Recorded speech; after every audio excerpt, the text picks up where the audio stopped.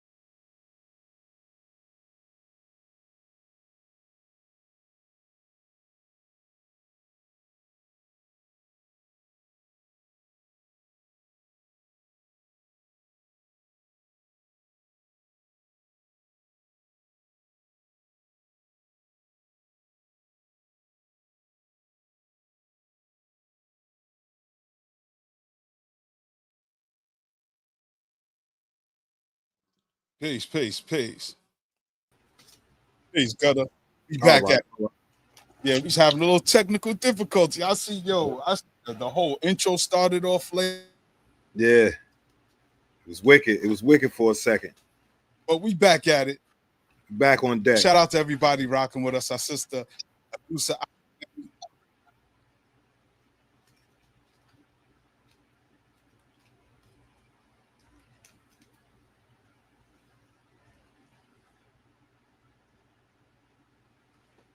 Yeah.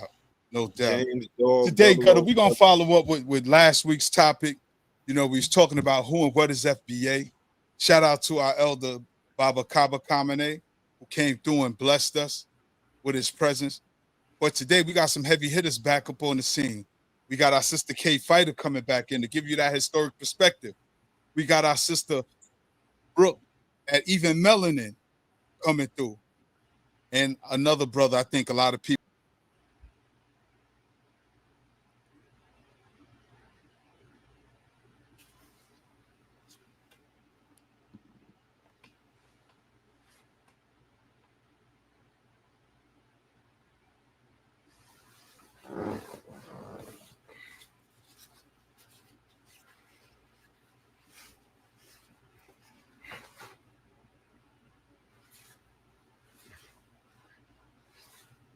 My bed look crazy right now.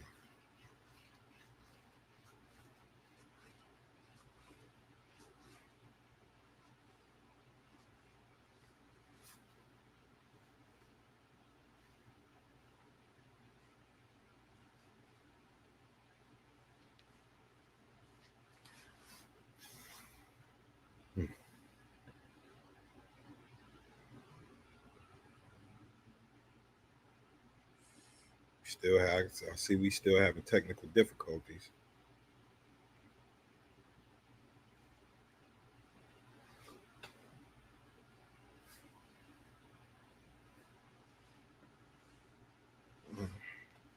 Appreciate everybody coming in. As soon as Tag get back, we can continue this.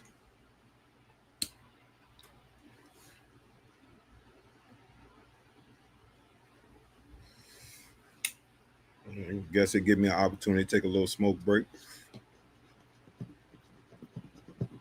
And an opportunity to ask y'all what other topics y'all want us to speak on.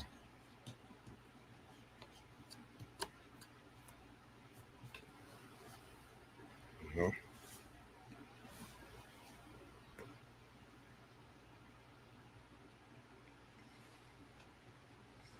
So it's this. Y'all got some other questions for us?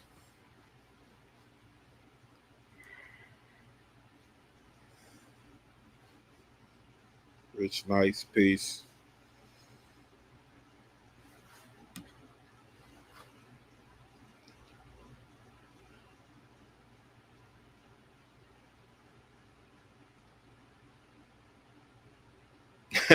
We wasn't going to White Jesus Church today anyway. Rich, nice, was good. Taking it one day at a time, brother.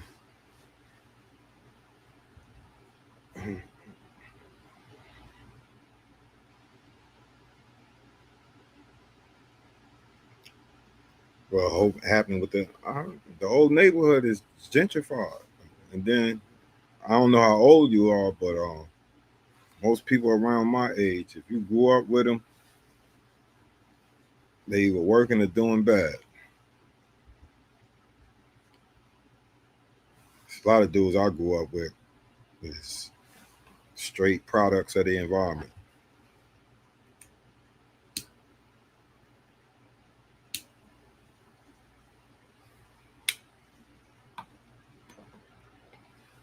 What's up, bro? Hey.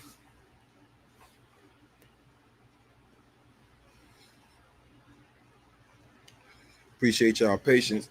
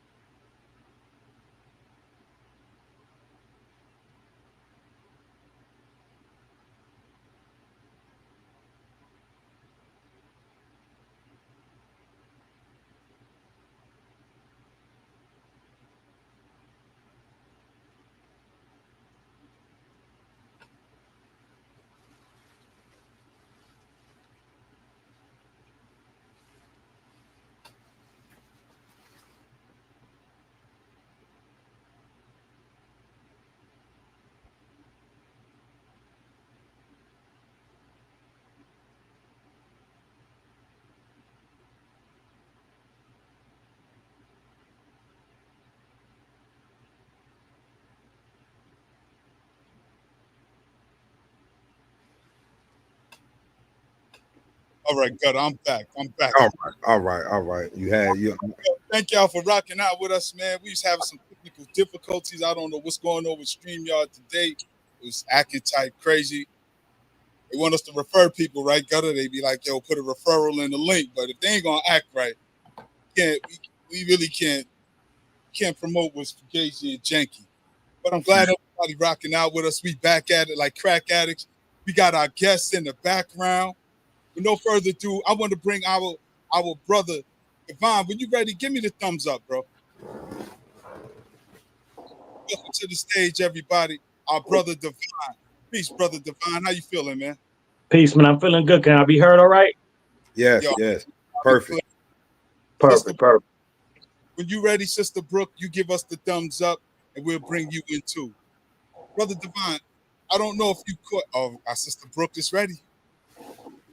Peace, Sister Breuck. How you feeling? Can't hear you, sis. Can't hear you yet. It's the mic. What? I'm gonna go to you, brother Devine. Did you get a chance to catch last week's show? With Kava? Yes. Yeah. I thought that was powerful that we continue this, because when we as FBA say we're delineating, a lot of people don't know what delineating means. Delineating just means giving ourselves a specific identity to define something with clarity, as opposed to being ambiguous Black people here in America, you know, as quote unquote African Americans. And we know Africa is the biggest continent on the planet. So that really doesn't define who we are and the specificity of our experience here. Now, you're leading the movement. You're the president of the U.S. Freeman Project, which is an advocate group for FBA. Can you give us a little background about who you are, what your group is, and the importance of the work that you do? Oh man, that's man, I appreciate that lead in, and yeah, that last week's show was powerful. I'm just honored to be able to be added on to that in any way I can. And I'll wholeheartedly agree with you, you know, and just to put it even more succinct than that, delineation is respect, right? Until you can accurately define a thing, you can't really respect it. And so, you know, when the lines are blurred, even when there's good intentions, that leads to disrespect, unintentional or intentional. And so my name is Devine Prince. I'm just an everyday Black American New Yorker. My family are multi-generational New Yorkers. We came up here by way of the Carolinas and Georgia. And we looked around. This is roughly maybe now going on maybe like 3 to 4 years ago as an official organization. But up to about 8 years ago, you know, we looked around, and what we found is that all the organizations that were initially set up for our ethnic group, set up for foundational Black Americans, none of them were advocating specifically and exclusively for our group. And what that did was that explained, even though it was a travesty at that point, it fully explained why whenever we got legislation, it was in the form of underserved or minority or people of color. All these exclusive terms, again, blurring the lines, creating disrespect. And so you can't, what I also say is you can't fully repair a thing until you actually define that thing. And we believe that the Democrats and, you know, the powers that be were leaving those definitions as vague as possible to add people on that did not belong, but also to make sure that we never received the exact repair that was due our ancestors, thus leaving us in a situation where, like Dr. Claude Anderson says, we're on the brink of becoming a permanent underclass. And so the U.S. Freeman Project was born. We're the only organization in the state of New York fighting exclusively and solely for foundational Black Americans, those individuals and those families that had ancestors that was enslaved and emancipated in the United States of America and given the status of freedmen, which is why that's in our title.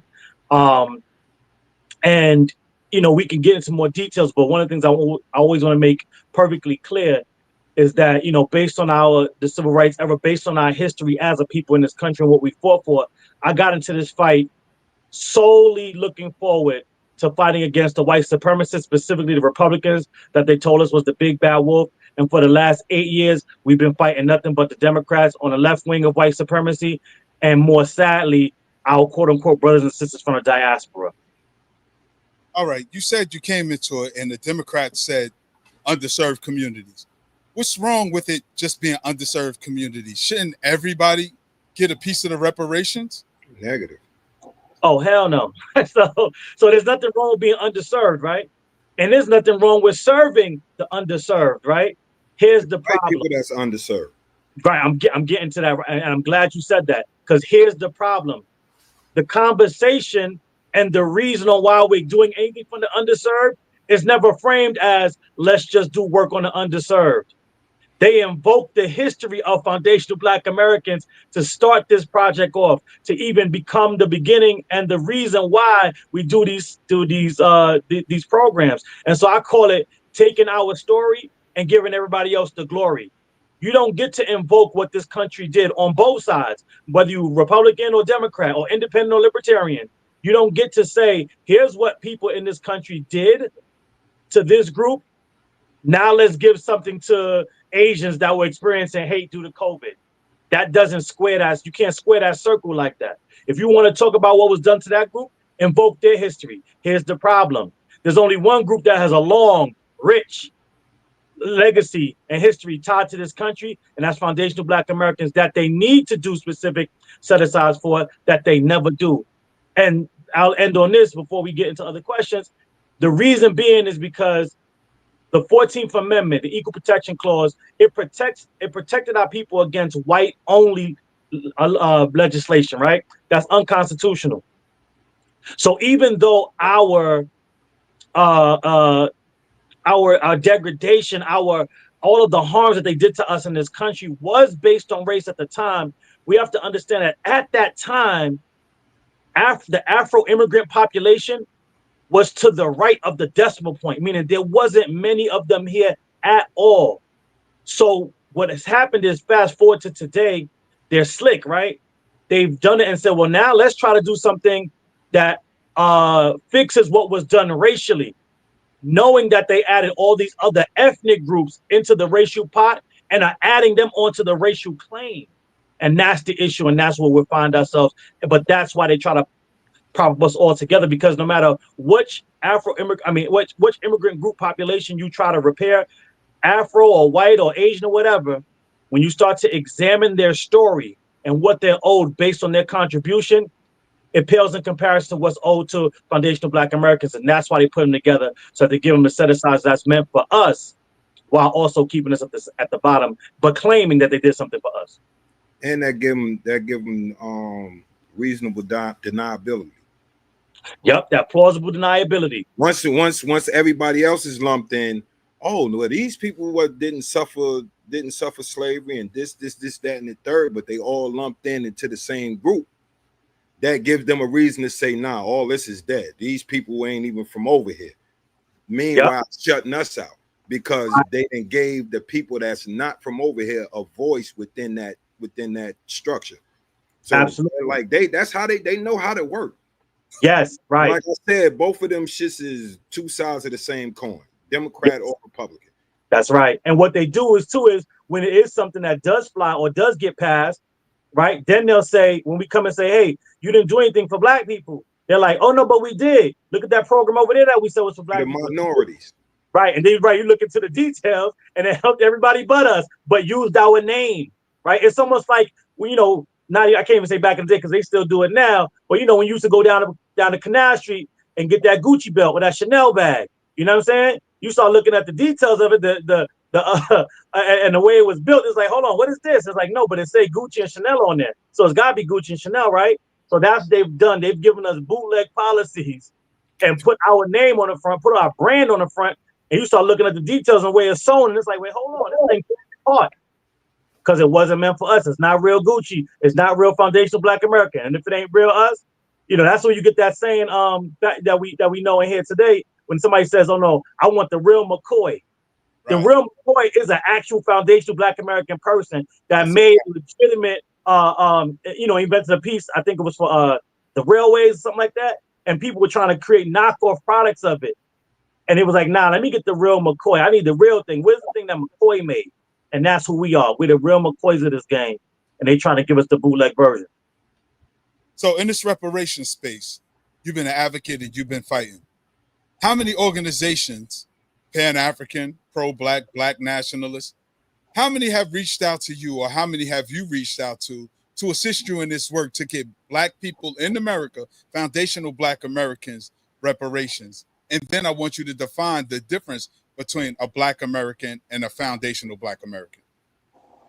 Oh, great. So the short answer to that is zero. When we talk about how many organizations have partnered with us to give reparations for foundational Black Americans. Now, there are a number of organizations that claim that they fight for reparations for quote unquote Black people. And that puts us right into the framework and the definition of Black versus foundational Black American and why that name is necessary, right?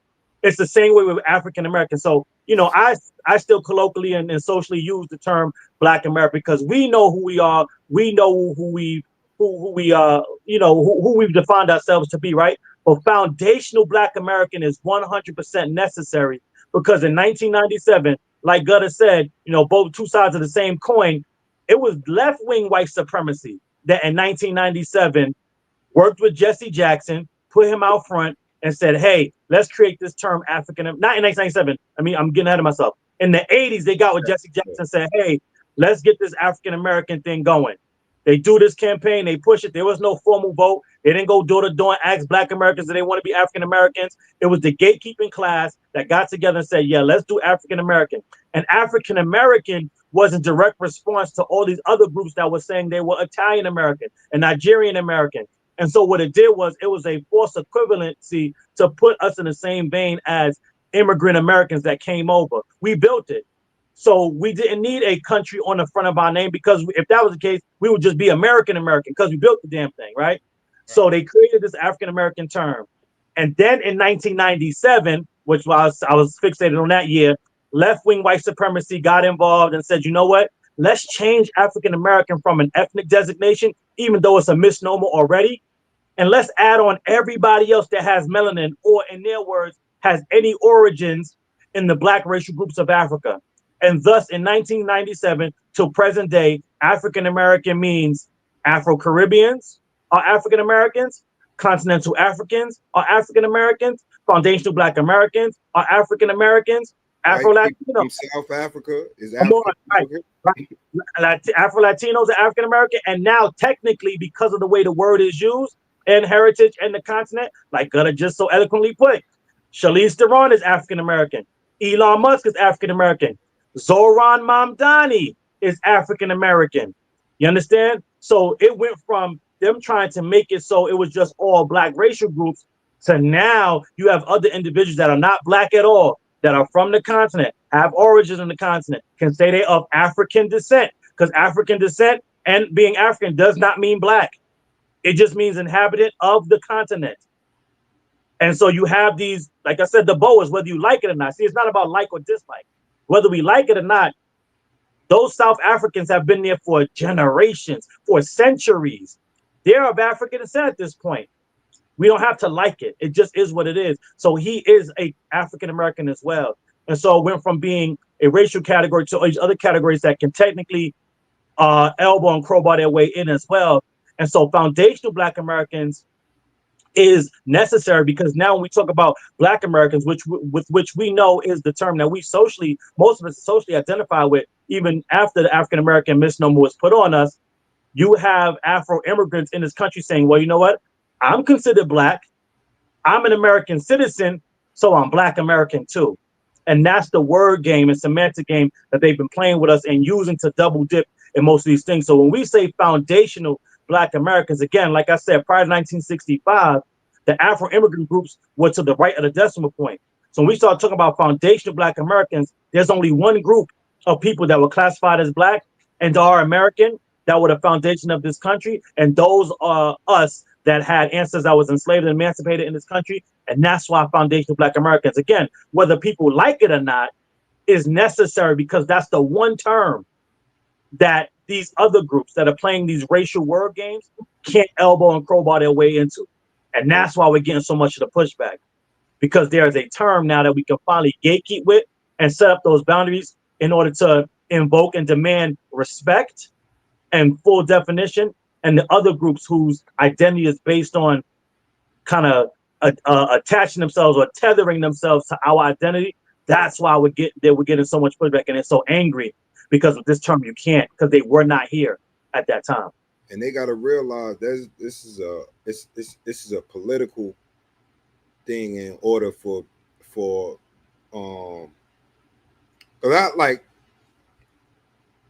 I look at it like this. I know my people of African descent. You know what I'm saying? So that's neither here nor there when it comes to getting reparations. Right. Like where our ancestors come from has nothing to do with the Africans that were born and raised here, that been here, that got captured here, or was here before we got captured. And from that heritage, yes, that's why people that's the delineation in order so politically that we can get what we supposed to have and not have these other people come in and mix it up. Yeah. And people don't understand that. Like most, like you, because I've spoke to pro-black people that, well, you separating. It's not a separation. That's what you have to understand.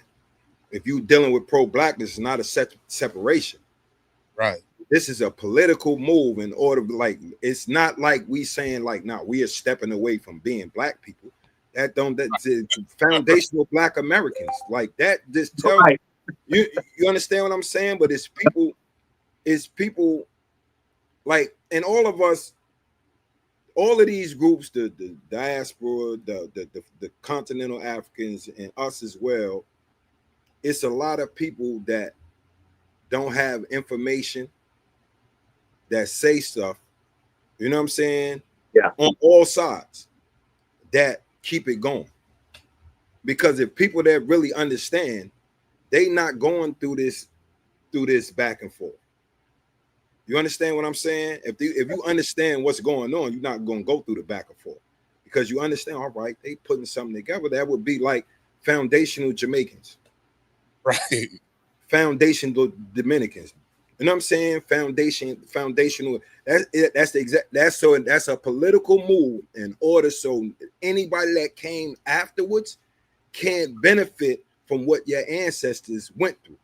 Right. Or even that particular group at the time, because as foundational black Americans, we still going through things that we're fighting against. So I agree with you 100%. Yeah. So you know what I'm saying? So it's a political move.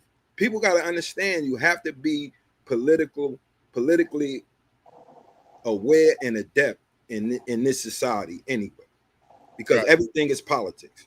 You don't want to know why we don't got free health care? White supremacy. Mm-hmm. It's simple, but people make it more complex than it is. Yeah. You know what I'm saying? Yeah. Shout out to my guy, great God. Peace, God. All right. Yeah. You know what I mean? Brother Devine, to add on what Takata is saying, he said it's political, which we know it is. Now, the name of your organization is the Freeman Movement, correct? The Freeman Project. The Freeman Project. Why Freedmen and not FBA? And what is the difference? Perfect question and segue based on what he just said, because I was going to go there next, even if you didn't ask that, because he's right. It's political, right? And so, again, dealing with this political machine and the word games that we understand white supremacy plays on both sides, we have to play those same games. You understand? Like, we have to find out what those rules are, and then we can outplay them. We can outsmart them, because we always have. That's how we've been able to be here so long. And so what has happened is, coming out of the Civil War, this was the same conversation that the former Confederates was having then, that they're having now when we talk about race-based policies, right? So right after emancipation, the former Confederates was like, hey, it's time for these Negroes to do for themselves, and they can't get no set-aside from the government. We're talking about day one after emancipation, right? The same thing they talk about now. That's where you get the whole pull yourself up by the bootstraps. So there was the group of radical Republicans at the time. So I don't even like to say the Republicans used to fight for us, because even the entire Republican Party wasn't really fighting for us. It was those radical Republicans of the day.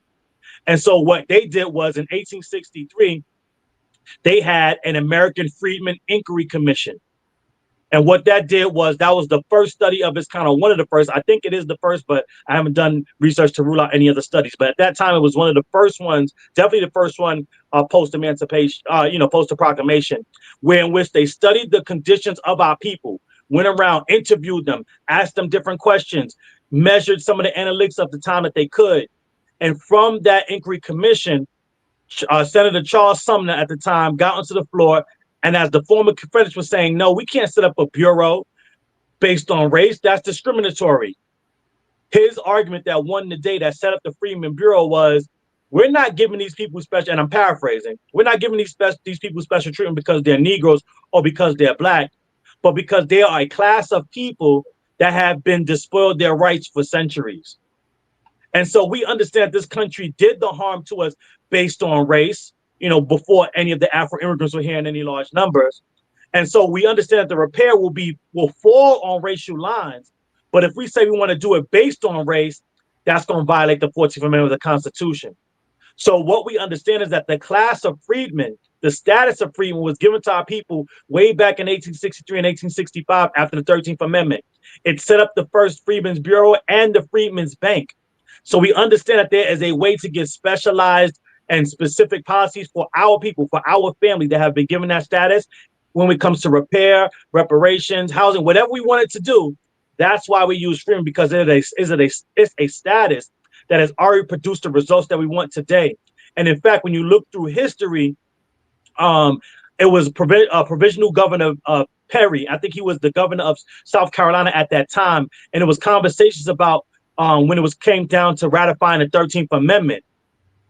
He was saying to his people, listen, I know we don't want to ratify this, but we have to ratify this because currently these Negroes are getting protection under the status freedmen, and we have to find a way to move them off of this status. And that's why you see the multiple name changes throughout history and why they moved us away from the status, because that status created the not symbolically, but essentially it was one of the first protected classes that our people ever had.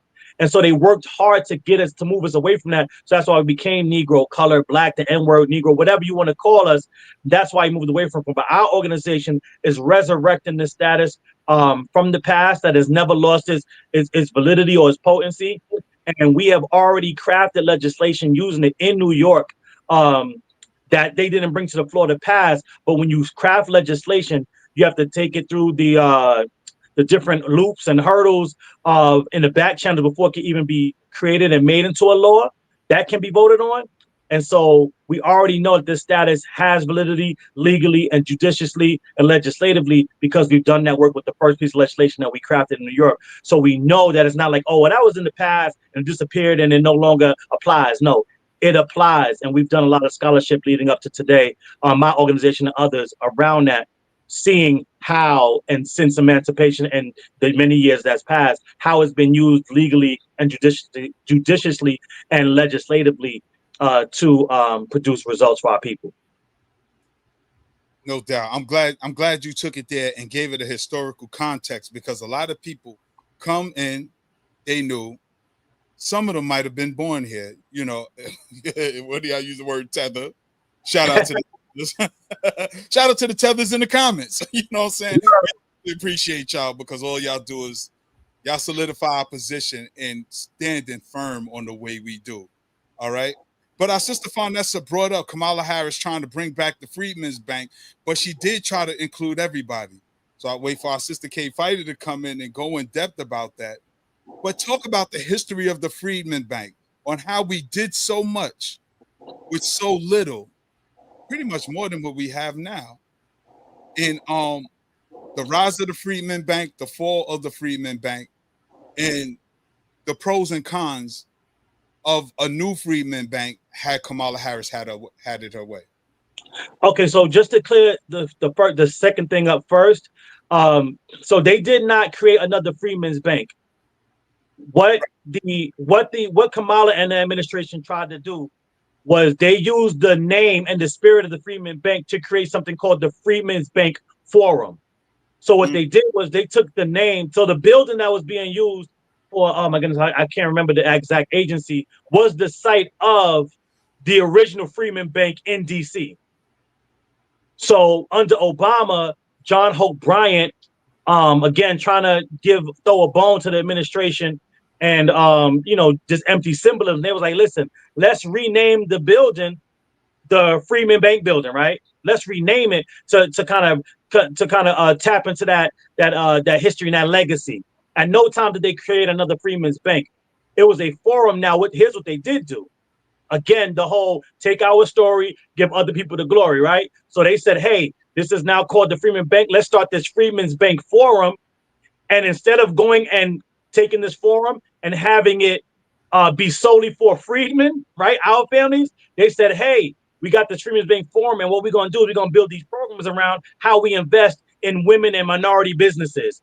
And that's what they did. They took the glory of took our story and started giving the glory to women-owned businesses, minority-owned businesses, immigrant-owned businesses, things of that nature. And so something that a lot of people, I'm not sure, I can't say a lot of people don't know about it. They might, because I've spoken about it before, but our organization and a number of other lineage-based organizations around the country, back in June of last year, we set a meeting up with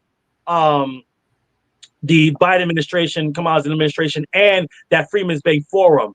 When we went into those meetings at the White House and had a chance to address them specifically and directly to let them know that this was disrespectful, that we cannot allow this legacy to be taken and given to other people, especially when the freemen are alive and well and still being discriminated against and marginalized. We can't take the name of that and give it to everybody else if you've not done something for the people that the name is on the building is for. So we did that. We were invited as an organization to attend the Freeman Bank Forum event in North Carolina.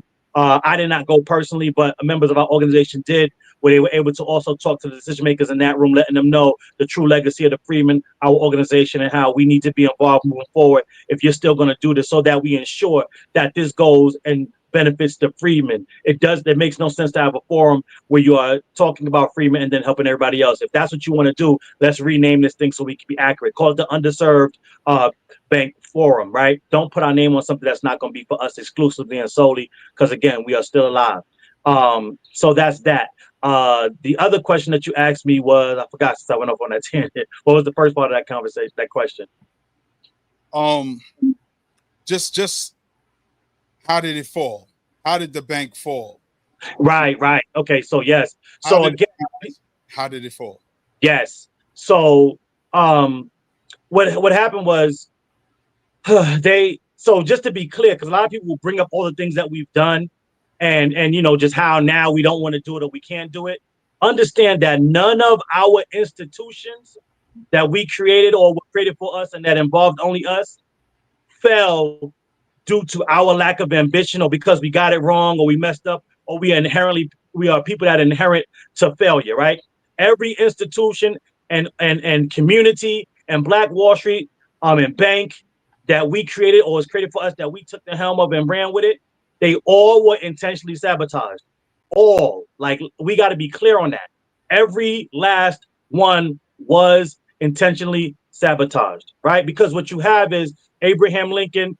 We know his he wasn't champion of Foundation of Black Americans by any stretch. He was trying to save the Union, but there was policies in place and legislation and field orders and things of that nature that was going to benefit our people.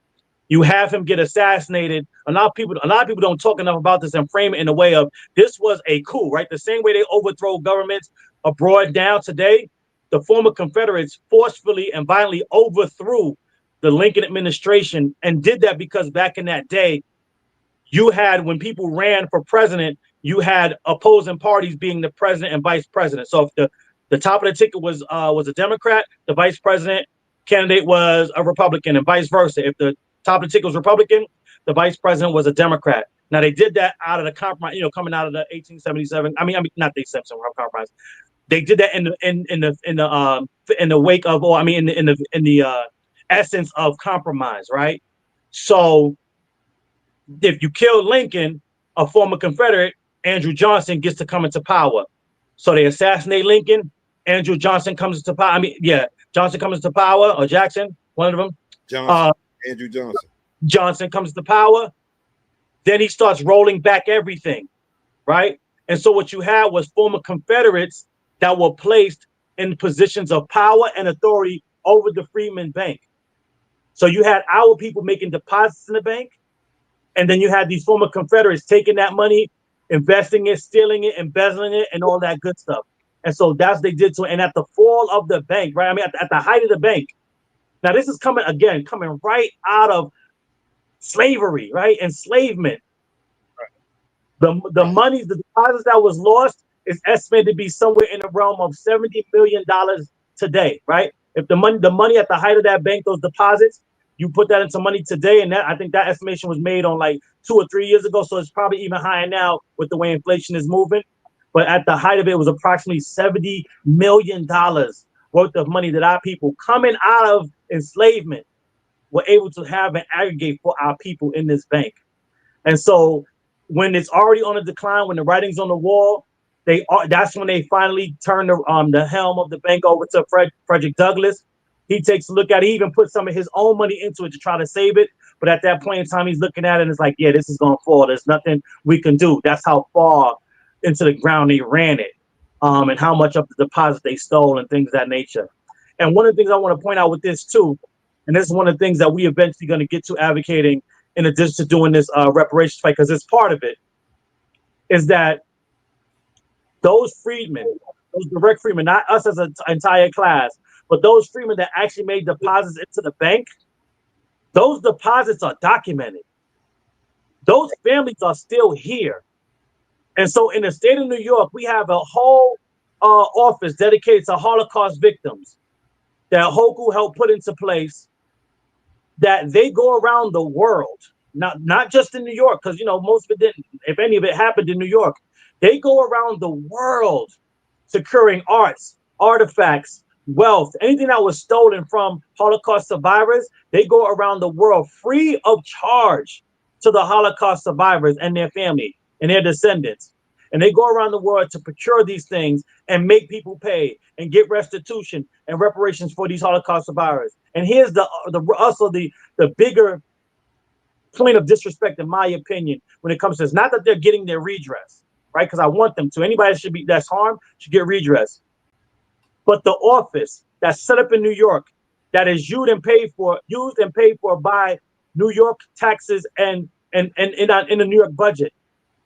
Any Holocaust survivor from any state or anywhere else around the world can put a claim in with this office in New York, and they'll go around the world just the same way they would for any Holocaust survivors that are New York residents. But at this point in time, since the fall of the bank, you've never had an office with which Freeman New Yorkers, Foundation of Black American New Yorkers, or any Foundation of Black American in the country could come to and say, hey, can y'all go and get these and help us get some restitution and justice on my documented deposit that was stolen and never returned to me because the bank wasn't FDIC insured? It wasn't, that didn't even exist at that time. So you can fight for these people whose Holocaust happened abroad, but you can't fight for other Holocaust happened right here in the United States of America. Wow. Let me ask you, because that is something crazy. Their Holocaust did not happen on this soil, had nothing to do with us. If anything, we pretty much saved the folks. Who's the biggest opponents in the movement right now? Because we've seen all other groups, underserved groups, whether it's the alphabet group, the LGBTQIA+, whether it is Asian hate crime bills, as you said earlier, getting things done through around COVID. Latino groups, you name it, they have advocates and they get results. What's the biggest hindrance of foundational Black Americans getting their just due? Man, that's multifaceted, nuanced conversation. The one thing I'll say, the one that's most obvious is obviously when you talk about the LGBTQ, when you talk about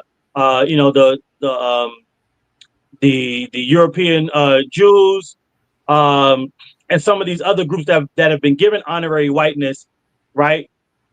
That's one of the major differences that we see, right? Those people have whites in their group where we have no whites in our group, right? So that's one. Two, in my opinion, is this, and this is one of the biggest ones that we've seen, especially around this illegal alien, quote unquote, migrant crisis here in New York. what we found, even when we start talking about Afro immigrants, so this is one of my biggest criticisms when it comes to Pan-Africanism and the people that are Afrocentric pro-Black. What we found is that regardless of hue, immigrant Americans are going to advocate and align with other immigrant Americans long before they align with foundational Black Americans along racial lines. And so you'll have an Nigerian American politician that will fight for Venezuelan immigrants or migrants before they fight for foundational Black American causes, right? But then tell us, hey, we all Black the same. Right. And so what we have is there's only two, technically three, if you want to include that original, you know, European settler class, right? But you have foundational Black Americans, you have the Native Americans, and again, that settler class, I'll put an asterisk on them. But definitely you have two, only two, out of all the other groups here, you only have two groups that are not immigrants to the United States of America. And so what we found is because we don't align with the immigration status of the other groups that are in this country, if we don't fight for our non-immigrant issues, none of these other politicians and advocates who are more than likely immigrants, since they don't belong to our ethnic group, will prioritize their people based on immigration status long before they come to ours. And so you have for instance, the large majority of our city council are immigrants, whether Afro, white, Asian, East Indian, whatever.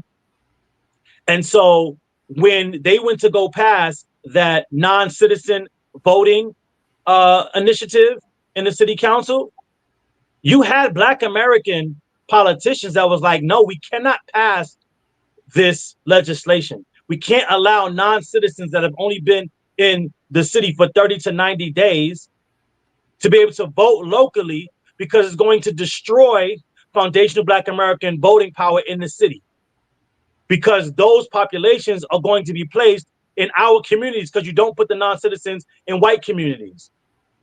And so even though the data, statistics, and those facts were laid out, the Democrats and their immigrant politicians still passed that law.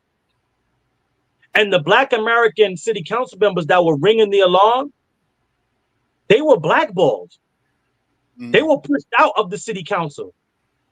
You see what I'm saying? And so what we have is this duality going along where they have, one, convinced us or tried to denationalize foundational Black Americans so that we don't have any relationship with the country that we built, while at the same time telling us, hey, we got this racial unity with these other Afro immigrant groups.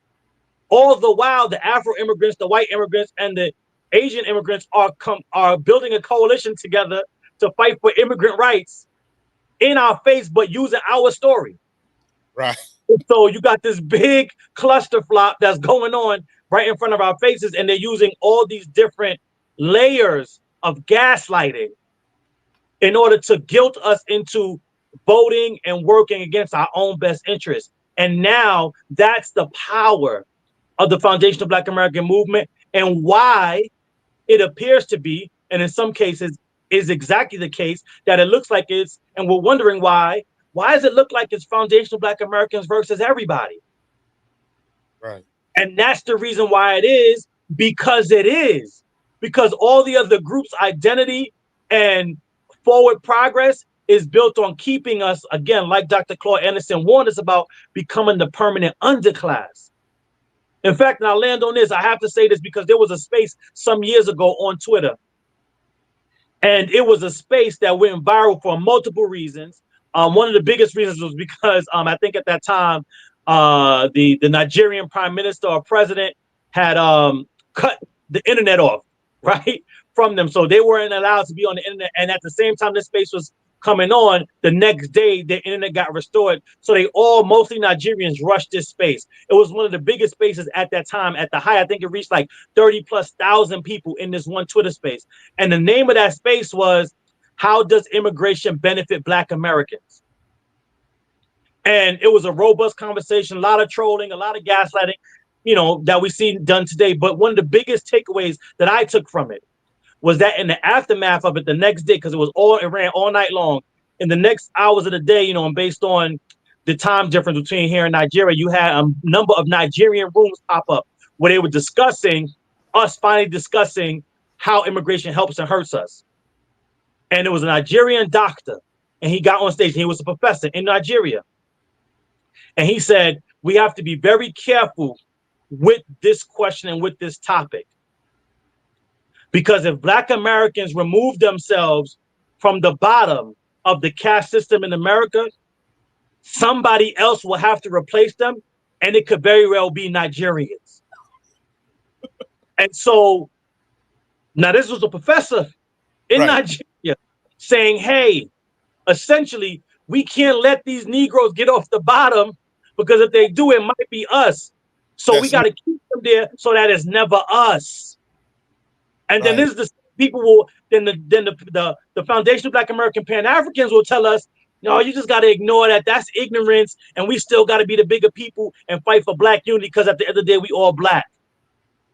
This is the gaslighting that they're telling us and using against us, that we are now as a people coming to our own and saying, nah, that sound good, but we're not on it. Because here's the one thing else I know, using Nigeria as an example, into what you and Gutter said earlier, never in the history of Pan-Africanism, in Black nationalism, or in Africanity in and of itself, if that's even a word, a term, or a practice, have they ever said, hey, you know what? Nigerians identifying as Yoruba and Igbo, that's divisive. How come we just not all Nigerians the same? But you want to gaslight us and tell us we can't stand on our foundational Black Americanness because it's divisive, and how come we not all Black the same? And you got people in the same country that damn near look alike and might be one village over from the next, but they are whole different ethnic groups and tribes that don't rock with each other and historically have done battle and enslaved each other. But you're looking at us, and we don't have that history of doing that to anybody else, let alone other people with melanin in the history of our existence. We got to make that make sense. Like I said last week, I was talking to Kaba. It's like we embrace any Black person that comes to America. Yep. For the most part, you got you you got fucked up people everywhere. Just like if we, like I said, we go, me and you've been to Ghana. For the most part, I'm quite sure there was some assholes there that ain't, you know what I'm saying? But for the most part, I didn't get that. You dig what I'm saying? And that's what, we see them as, oh, this a Black dude. Because we don't know, just like when we over there, they don't know until we open our mouth where we from. You know what I'm saying? So we have that automatic understanding, oh, this a Black dude. So this is in our view for the Black Americans when they come over, until we see their reaction. It's like, oh shit, that's how you feel? Yep. And that and and it's not everybody. Like I said, like this applies to who it applies to. You dig what I'm saying? It's like I can't go and, but that would be like me saying, every dude from somewhere else, not from down my way, is dusty. Because I seen one dusty dude on this block. Mm-hmm. You understand what I'm saying? So we not pointing the finger at anybody. We just saying this is what it is. That's just, I mean, that's it's simple mathematics, bro. Right. You know what I mean? We always embrace everybody, and it's nobody from anywhere else that says different unless they already came with a preconceived notion. That's right. Yep. So that's what it is for the most part. People come with preconceived notions. And like I said, it's a lot of people that come over here, they the coons, my nigga. That's right. In their country. Yep. They was tap dancing in their country. Like You go to the islands, these same people will be there when the white people come from America or Great Britain or over there and come to their island. They in their face grinning, skinning and grinning, boo boo boo boo boo boo boo. Yes. You know what I'm saying? So we getting the influx of the wrong black people coming over here any fucking way. If you ask me. No, and that's a great point. Because we get enough coons in America as it is. Like, we don't need no extra coons, my nigga. Real dope, man. You know. Are we allowed to curse on this podcast? Huh? Are we allowed to curse? Oh, okay, okay. Yeah. Oh, okay, okay. Yeah. I didn't want to say nothing out of. I mean, I try, you know, but I get in my feelings sometimes. So, you know what I'm saying? I revert to my hood talk. Nah, no. I just didn't want to say nothing off brand, but because I wanted to say something. I'm like, our sister. Hello, can you hear me? Yes, we can. Come on, you there? Now we in the game. Yo, again, Brother Tag, you saw I was early backstage. Okay, everything was working. My computer was working. The camera was working. My mic was working. Everything was working. Then when we start, I'm blocked again. So here I am using my phone again. So I hope the sound is not too. I didn't like that sound last week at all. But my mic, I'm on the phone. StreamYard does not like me. I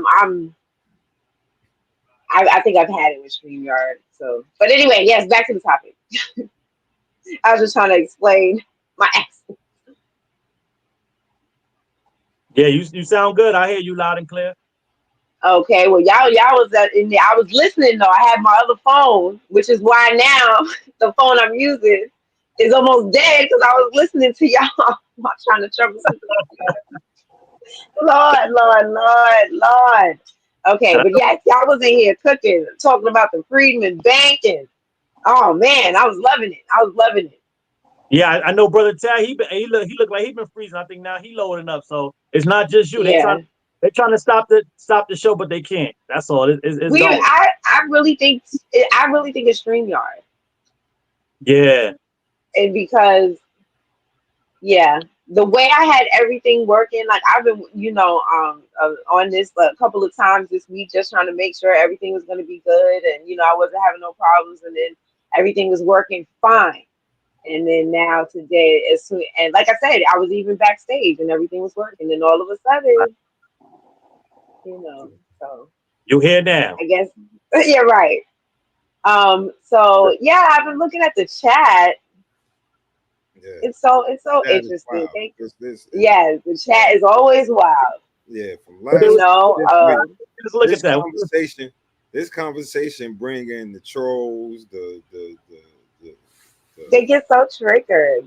Yeah, I mean, they so mad. They're like super mad. we got a few. We got the Israelites, Hamitic heathens. Like these dudes is wild. Like it's ill.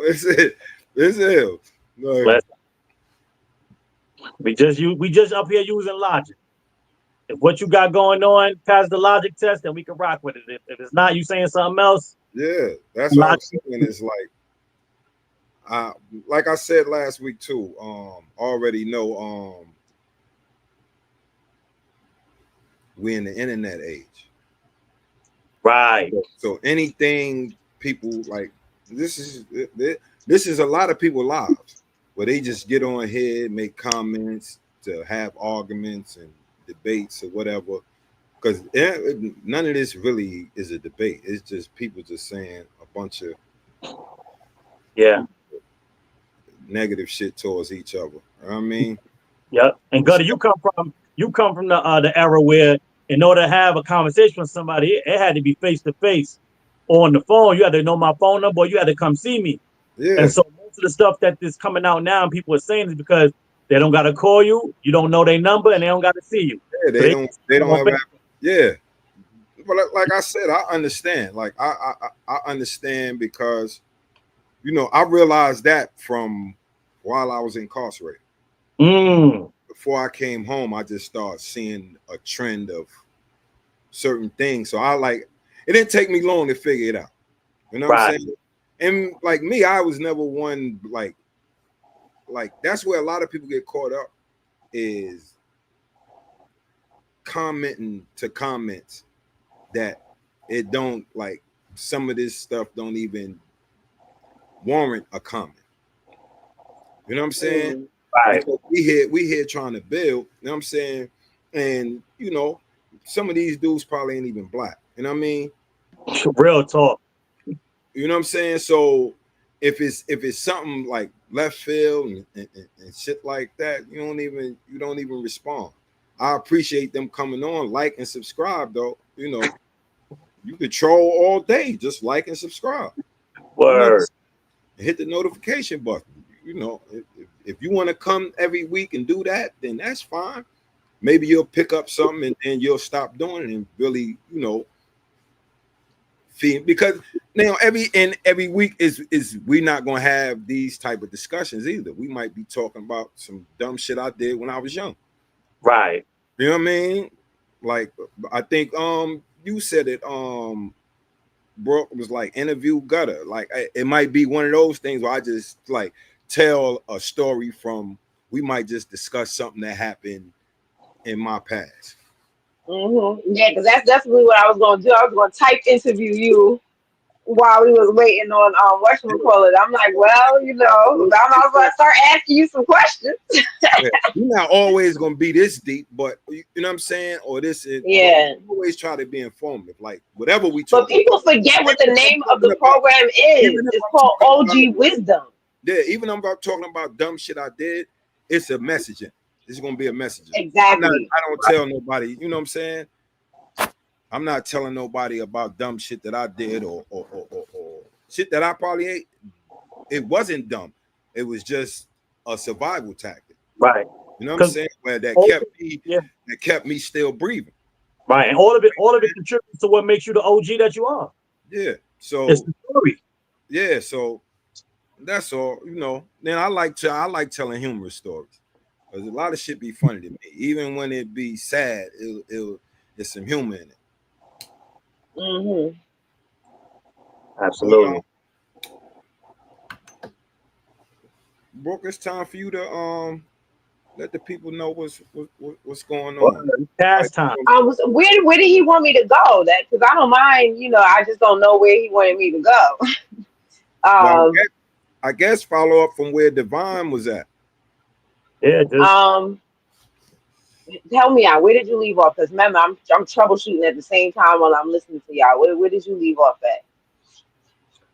What I went into, I was talking about just some of the stuff that, you know, just kind of divisiveness, right, that they try to put on us as foundational Black Americans when, you know, Pan-Africanism, if it's true Pan-Africanism, right, acknowledges all the different ethnicities under the quote-unquote Pan-African banner.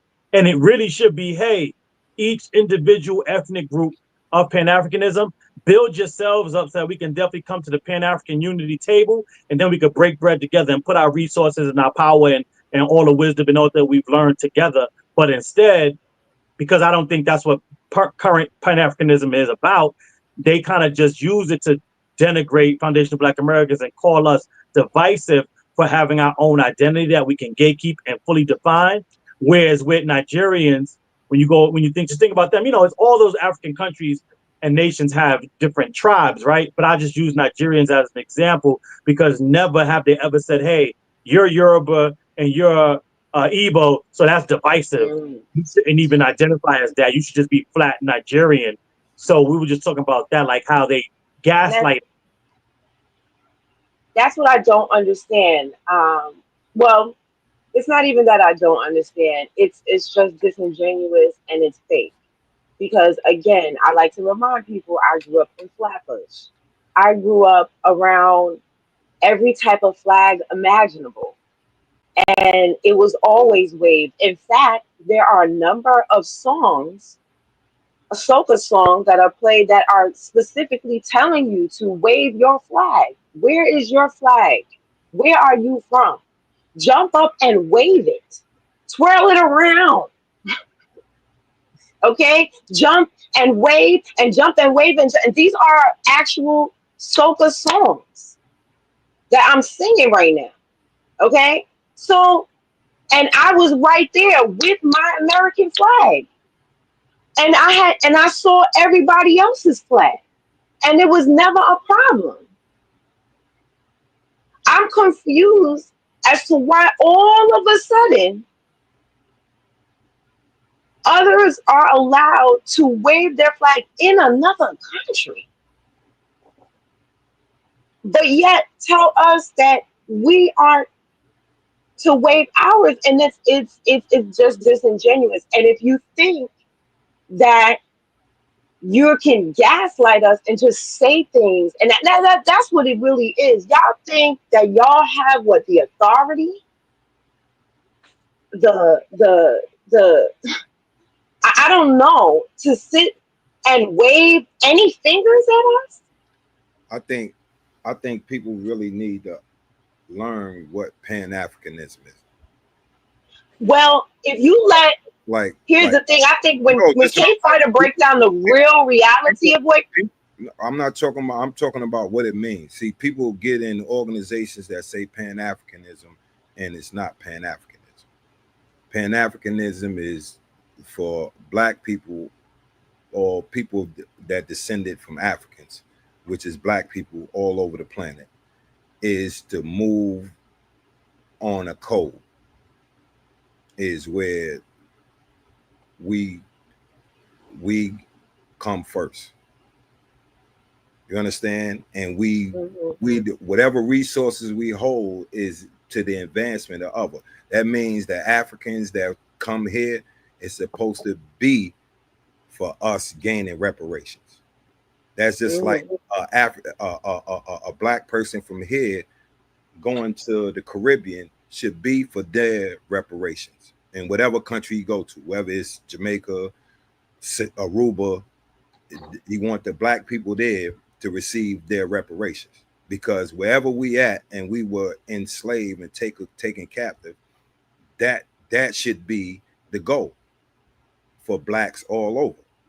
You understand what I'm saying? And they should know is if you're from here, you're not involved in the other struggle as an ally, not as a recipient.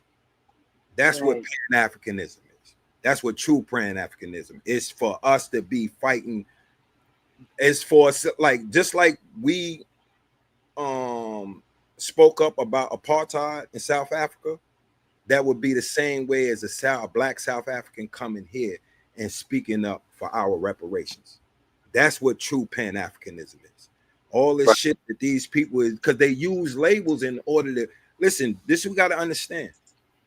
We're in a capitalistic white supremacist society, so people know how to use labels in order to profit.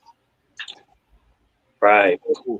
If you gotta talk to the person instead of the organization, because the organization ain't necessarily what the people like. If you go on the ground in Africa, when you go to these places where all these young people is having these so-called riots and demonstrations, they saying because these is the young kids that's learning. They want for us what we want for them. You understand? So that's what Pan-Africanism is. It's not these organizations. That's not it. Pan-Africanism is putting in the work. So if you're a Black American, Pan-Africanism is getting our reparations. So once we get ours, we can link with our brothers on the continent that are like-minded. Everybody not going to be like-minded. Everybody can't go. Right. That's just like when you from the hood and you get on, everybody can't go, because you got individuals that you come up with that you think love you, don't love you. That's why I was saying is like they can keep they coons. We got enough of them here that we working against, because that's who's coming over here. Anybody that comes over here and directly goes against us, which means that you willingly join the system and benefit from the system, because or you already know, once they see your name, they see that full name, they see that foreign passport, boom, they're gonna use this against the American, the black people that's here. They're gonna Right. use that. The white supremacists are gonna use that. So when you jump into that system willingly and wholeheartedly, then you a coon, my nigga. It's just that simple. That's just like the same ones here that go, you know, whether they marry a white lady or not. You know what I'm saying? But the ones that go and start to do the tap dance and talking about, yo, we should be doing this and that and done tap dancing on for the white people, talking about racism don't exist no more. We got enough of them niggas over here, so we don't need no more to come from somewhere else. Right. And to your point, Gutter, like that's, you know, we've heard much deliberations and much debates around the term tether, right? And so that's really something that also needs to be cleared up. Just like you said, we have our own sellouts, we got our own coons, right? You know, to use that word and just bring it home. So what we're saying is, and what's happening now is, we understand that there are different people and different groups that will sell out the collective for different reasons. And for us to fully evaluate what's going on, so we know how to move forward and how to attack the things that's being used and weaponized against us. Those are just the terms that are identifying what's going on, right? All foundational Black Americans aren't coons. The sellouts amongst us are the coons, right? And so in that same way, not all Afro immigrants are tethers, but the Afro immigrants that come over here and undermine our collective, those are the tethers. And so Them that's hit dogs. right. They That's stay what howling. understood. Yeah. Coons are Black American sellouts. Tethers are Afro immigrant sellouts. Point blank, period. If that's not one of you, if I hear another foundational Black American being called a coon, I would never be offended by that, because that's not me. I'm not selling out, and I understand those people need to be pointed out. In the same way, if I was an Afro immigrant and I heard somebody being called a tether, I'm not going to be offended, because I'm not an Afro immigrant that's coming here to undermine. I'm coming here to build, if that was my case, right? And so that's what's happening. So when you hear all this fake outrage about the term tether, that means one of two things: either you gaslighting us, or you are a tether, and you just didn't want us to know and identify it, that you can continue doing what you're doing in the background, because that's what was happening before we started this Foundation Black American Renaissance and started really standing up on our lineage. Is something called blanket blackness. This is what I was asking, can we curse on the program? Because blanket blackness was what they were pushing to us and socializing us to believe we're all the same. But just like under the blankets in real life, all the things that go on was going on. And Pan-Africanism was convincing us that underneath our blanket of blackness, we were all making love. But what we found out, we looked at the data statistics and our reality on the ground, underneath the blanket of blackness, foundational Black Americans was just getting fucked. And we can't allow that to happen anymore, right?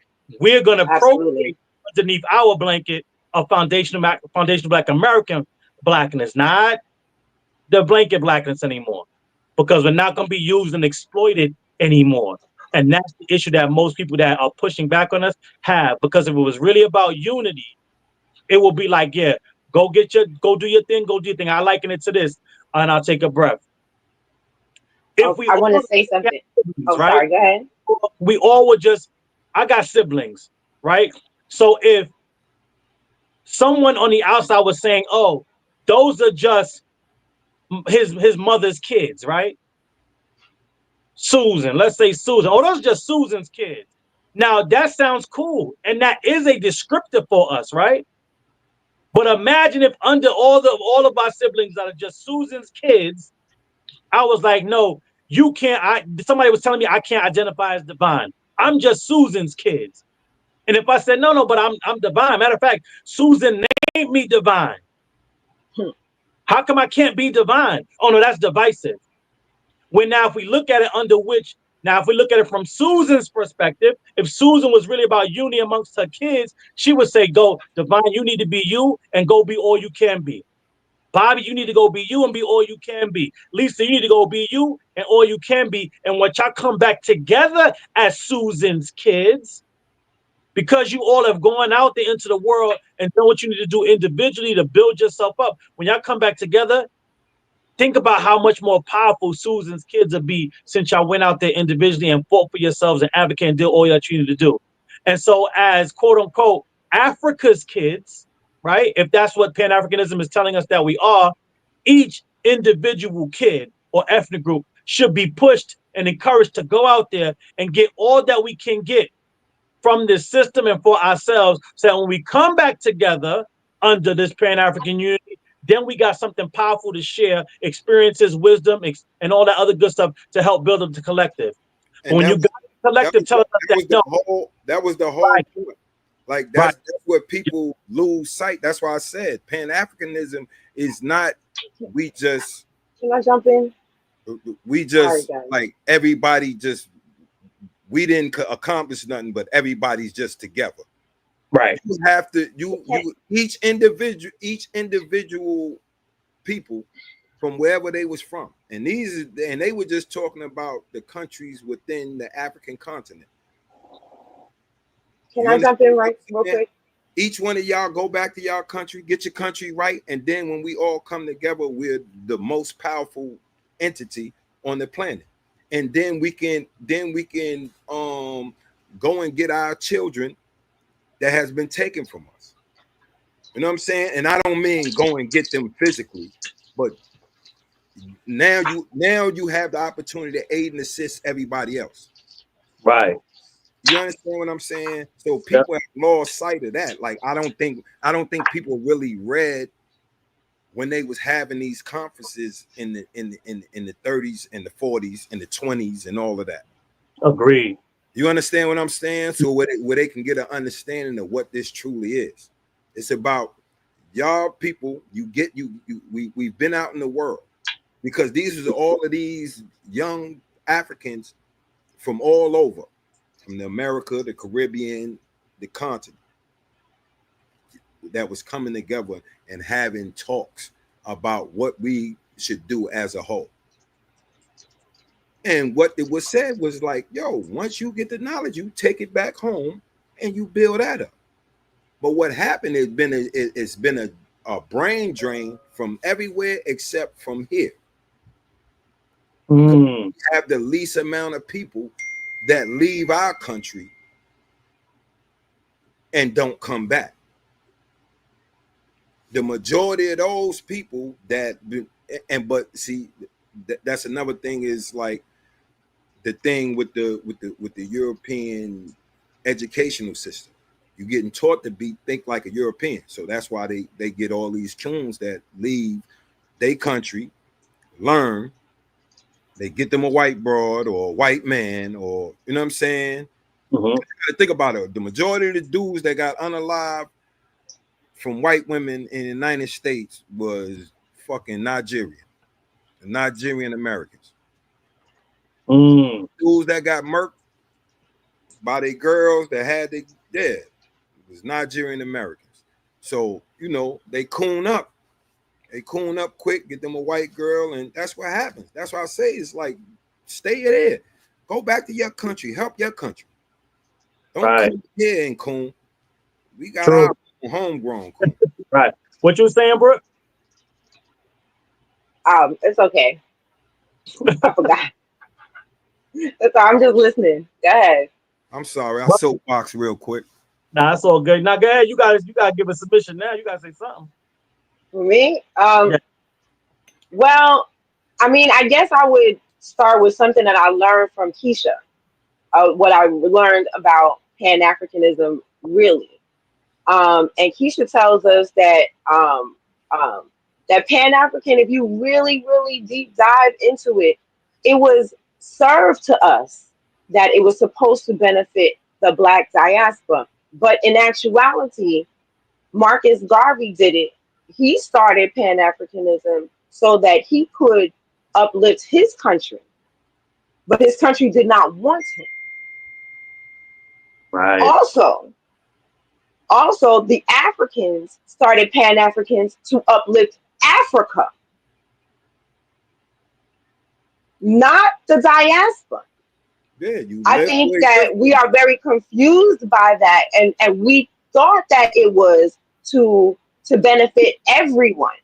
But that's one of the things that I learned recently on Thorough Black Talk is that, that is not the case, and I think with a lot of organizations, as like the NAACP, I think we were fooled into thinking that it was for one group of people, when in actuality, it was for a completely separate group of people, excluding the group of people that we thought it was for. I've said before that the NAACP, you think that it's for Black people, but if you really look at the name and who was there in the inception of the organization, it's for colored people. Who created the people of color? NAACP? It was Black people, and I don't know if you want me to say the other group of people on your show. Yeah, you can put it. Okay, Dr. Short calls them the small hat community. It was American Jew. It was a white. It was right, the small hat community. So they were the ones, and I did a whole thing where a live where Tad's outside. Let's get it. Yeah, I'm outside. People got to understand what allyship is. Allyship don't mean you best of buddies. Yeah. But we don't have that. They're not our allies. They're not our buddies. They're not our allies. And it seems like this is the thing. At that time, we had a certain allyship because they were going to something similar. But now, who is you talking about, Gutter? The American Jews. Okay.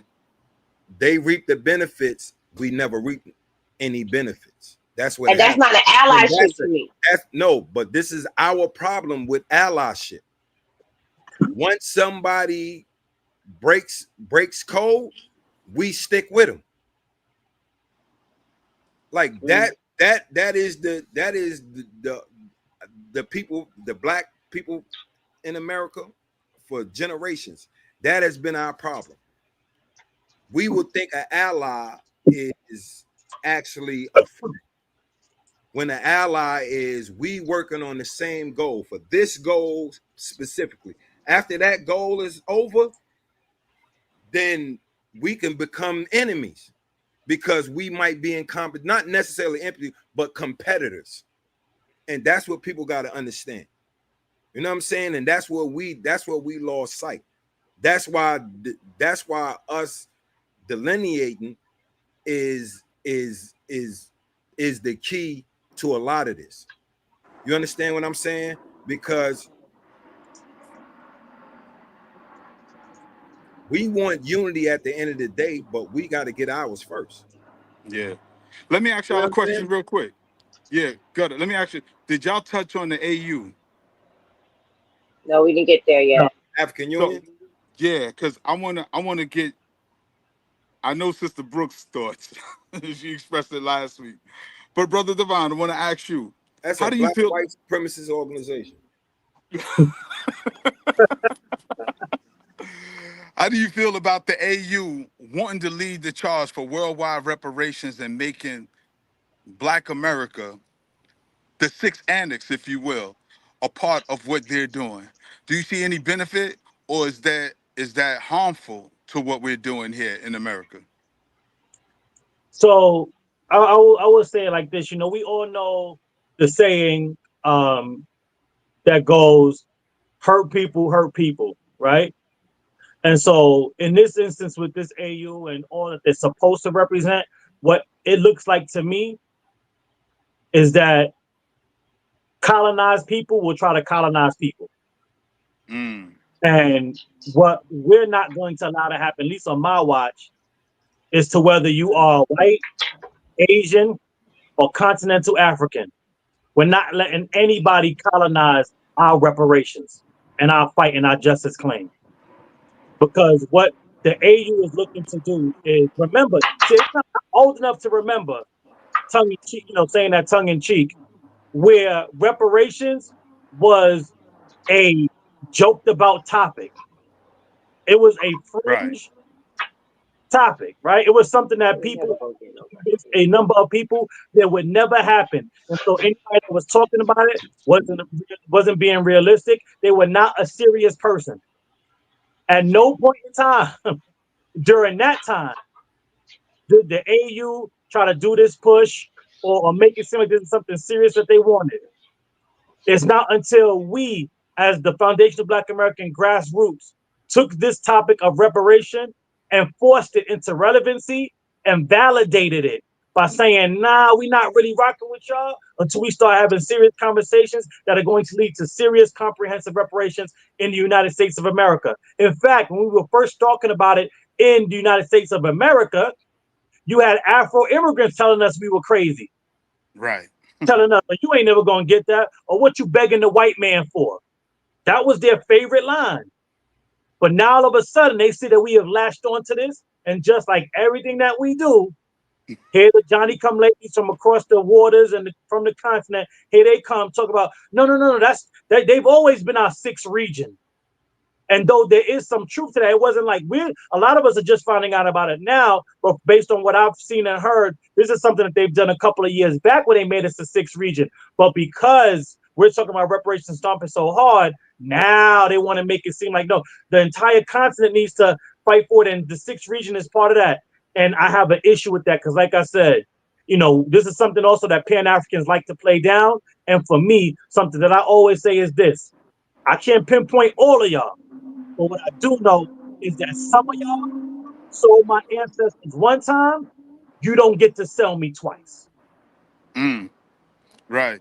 So with that said, and I think Sister Farnessa mentioned it earlier about Nigerians getting kicked out of their country. What's your thoughts on Nigerian they want to be the lead of AU. They want to take charge and spearhead this. What's the downfall of that to all of the continent, the diaspora? Do you think they're qualified to lead the charge? They in them white people pockets, like that whole shit. You got to think about it. Like I'm just gonna give you some continental context. Go ahead, Gutter. The dude that's most for the people, that's doing most for the people, is it's three dudes. You know what I'm saying? And more that end up following. Because Ghana's in the Sahel Alliance as well. Okay. They added Ghana to it? Yeah. All right. So is the young dude, Ibrahim Traore. Right. So all of these people in the AU, and the dude I can't remember from where, stood up and is like, in the AU is like, yo, y'all gotta either say you with Traore? yeah, basically if you say you with freedom, or you just want the white people to keep, doing what they've been doing. You understand what I'm saying? So Right. if you got this dude that did so much for his country and his people in 3 years, Right. and they fighting that, you already know what they're gonna do to us. Yeah. So it's just simple math. Like I said, it's simple mathematics for people that like pay attention to certain stuff. You know what I'm saying? Because if the African Union is trying to boycott him and sanction him, just not him, the whole Sahel region, then what do you think they doing that they would do dealing with us? Because they ran by white people. They ran by the Europeans, the IMF, you know what I'm saying, International Monetary Fund, International Bank. This is who run these people. So all they're gonna do is look for some crumbs and give us some crumbs and some crumbs. And sell out the whole diaspora. And that's what I wanted the people to really put into context, Gutter, because people don't realize who the puppet masters are. So when we say FBA, they think we denouncing our blackness, and no, it's we're delineating. Look up the word delineate. I'm tired of telling people what it means, but as Brother Devine expressed, we've been working on this for centuries. And then you got Johnny come latelys attaching themselves. That's what make folks a tether. Because you're tethering on to a movement that you know nothing about. You may know the surface level, but you don't know the depth. You don't know the historical context, nor the legal context that we're speaking of. So and I personally like trolls. Shout out to all the trolls in the Yeah, chat. that's what I'm We saying. welcome. They keep this shit lit. Yeah. We welcome you. And Yeah, all you do is solidify a position on your level of ignorance and our level of intelligence. but Because even when they talk bad, right, Gutter, about Black American culture, what they do is try to compare their top 10% to our lower percent of who we are. But when they compare their top 10% to our top 10%, there is no comparison. We're not running there, they're running here. And then they begging us to come to their countries, and that's the continent and the diaspora, asking us for our resources. We have about how many Black millionaires we have in just the United States of America? I think we have 150,000 to their 15,000. So who's really doing good in life? And not to say that the money is the end all be all. But as Garvey said, we have the race consciousness they got also. We bring it all to the forefront. They don't have the Dr. Kings. They don't have the Malcolms. And then the ones that do come out of their nation come here, whether it be Asajifo Kwame Nkrumah, whether it be Garvey, no matter who you name. What's our other brother? Tony Martin from Trinidad. You yeah, know they who gonna writes always and because certain yeah, our is no circumstance like our circumstance on the planet, bro. right. You know what I'm saying? Is no circumstance like our individual circumstances for blacks in the United States of America. Right. You know what I'm saying? It's no circumstance like that. Because we're literally in the belly of the beast and thriving. Exactly. And not only that, is like we got bread. Yeah. You understand what I'm saying? That Like language that everybody speaks. in most other countries, the people were able to. That's why you still have people can know where they from, because it's certain words. It's certain words from certain ethnic groups that's in their patois. You know what I'm Right. saying? That's what they can know generally. We got different circumstances, bro. You got some people that was just bred. That's where the word motherfucker comes from. Yeah. You What understand up, what Bo? I'm saying? So people don't understand is like the depravity that we endured, and then came out, and in less than 10 years, motherfuckers Right. were illiterate could read. You understand Right. what I'm saying? So we have entirely different circumstances than any other country, whether it's in the Americas, the Caribbean, or on the continent. Because if you was on the continent, you was able to hold on to your culture. Yeah, Right. you went through some depredations. They violated a lot of people, but you were able to hold on to your culture. They stripped ours, and we melded from all the disparate people from everywhere we was at. We melded all those cultures. You know what I'm saying? And made our own. Yes. Made our own music because we couldn't speak our original languages. Right. You know what I'm saying? But our dialect, our English dialect, is what everybody wants to talk like. Right. Our Ebonics. You know what I'm saying? And it come and it's not just from New York. It comes from all over the country. Wherever is the majority of us, Right. they got some different ways of talking. Right. Right. Like He's Cali got say the gat. moles We don't and say that phlegm. You know what I'm saying? until they started saying it. And in New York, we adopted it. No, yeah, we all Right. like if it's powerful enough, it'll go nationwide. Right. You know what I'm saying? But most of it is regional. You know what I'm saying? Yeah. So and wherever somebody comes from, they suck that up Yeah. because it's mass produced. And this is what I tell people, because the culprit at the end of the day is white supremacy. And that's what people got to see. When you seeing us, when you seeing Black Americans delineating and you seeing that as a threat, that's white supremacy. you thinking like a white person. You know what I'm saying?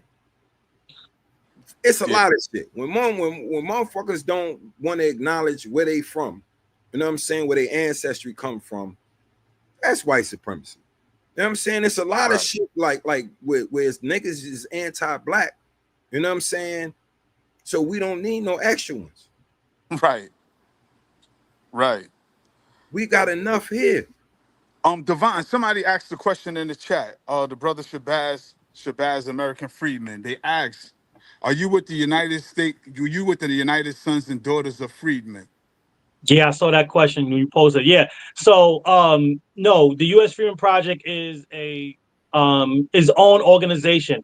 Now we work with, so the beautiful thing about it is that we are building a nationwide coalition. So we work very closely with the United Sons and Daughters of Freedmen. Out of, they're a number of states, but they're doing a lot of work in Massachusetts right now. The president, I believe, is in he lives in Georgia. So we work with him. We work with the Freeman Agenda League, NASD in California, LEAP in California. So like there is a nationwide coalition that is building currently right now, lineage-based reparations, lineage-based policies. A number of those organizations are a part of the coalition. Like I said, that went to DC and did advocacy work.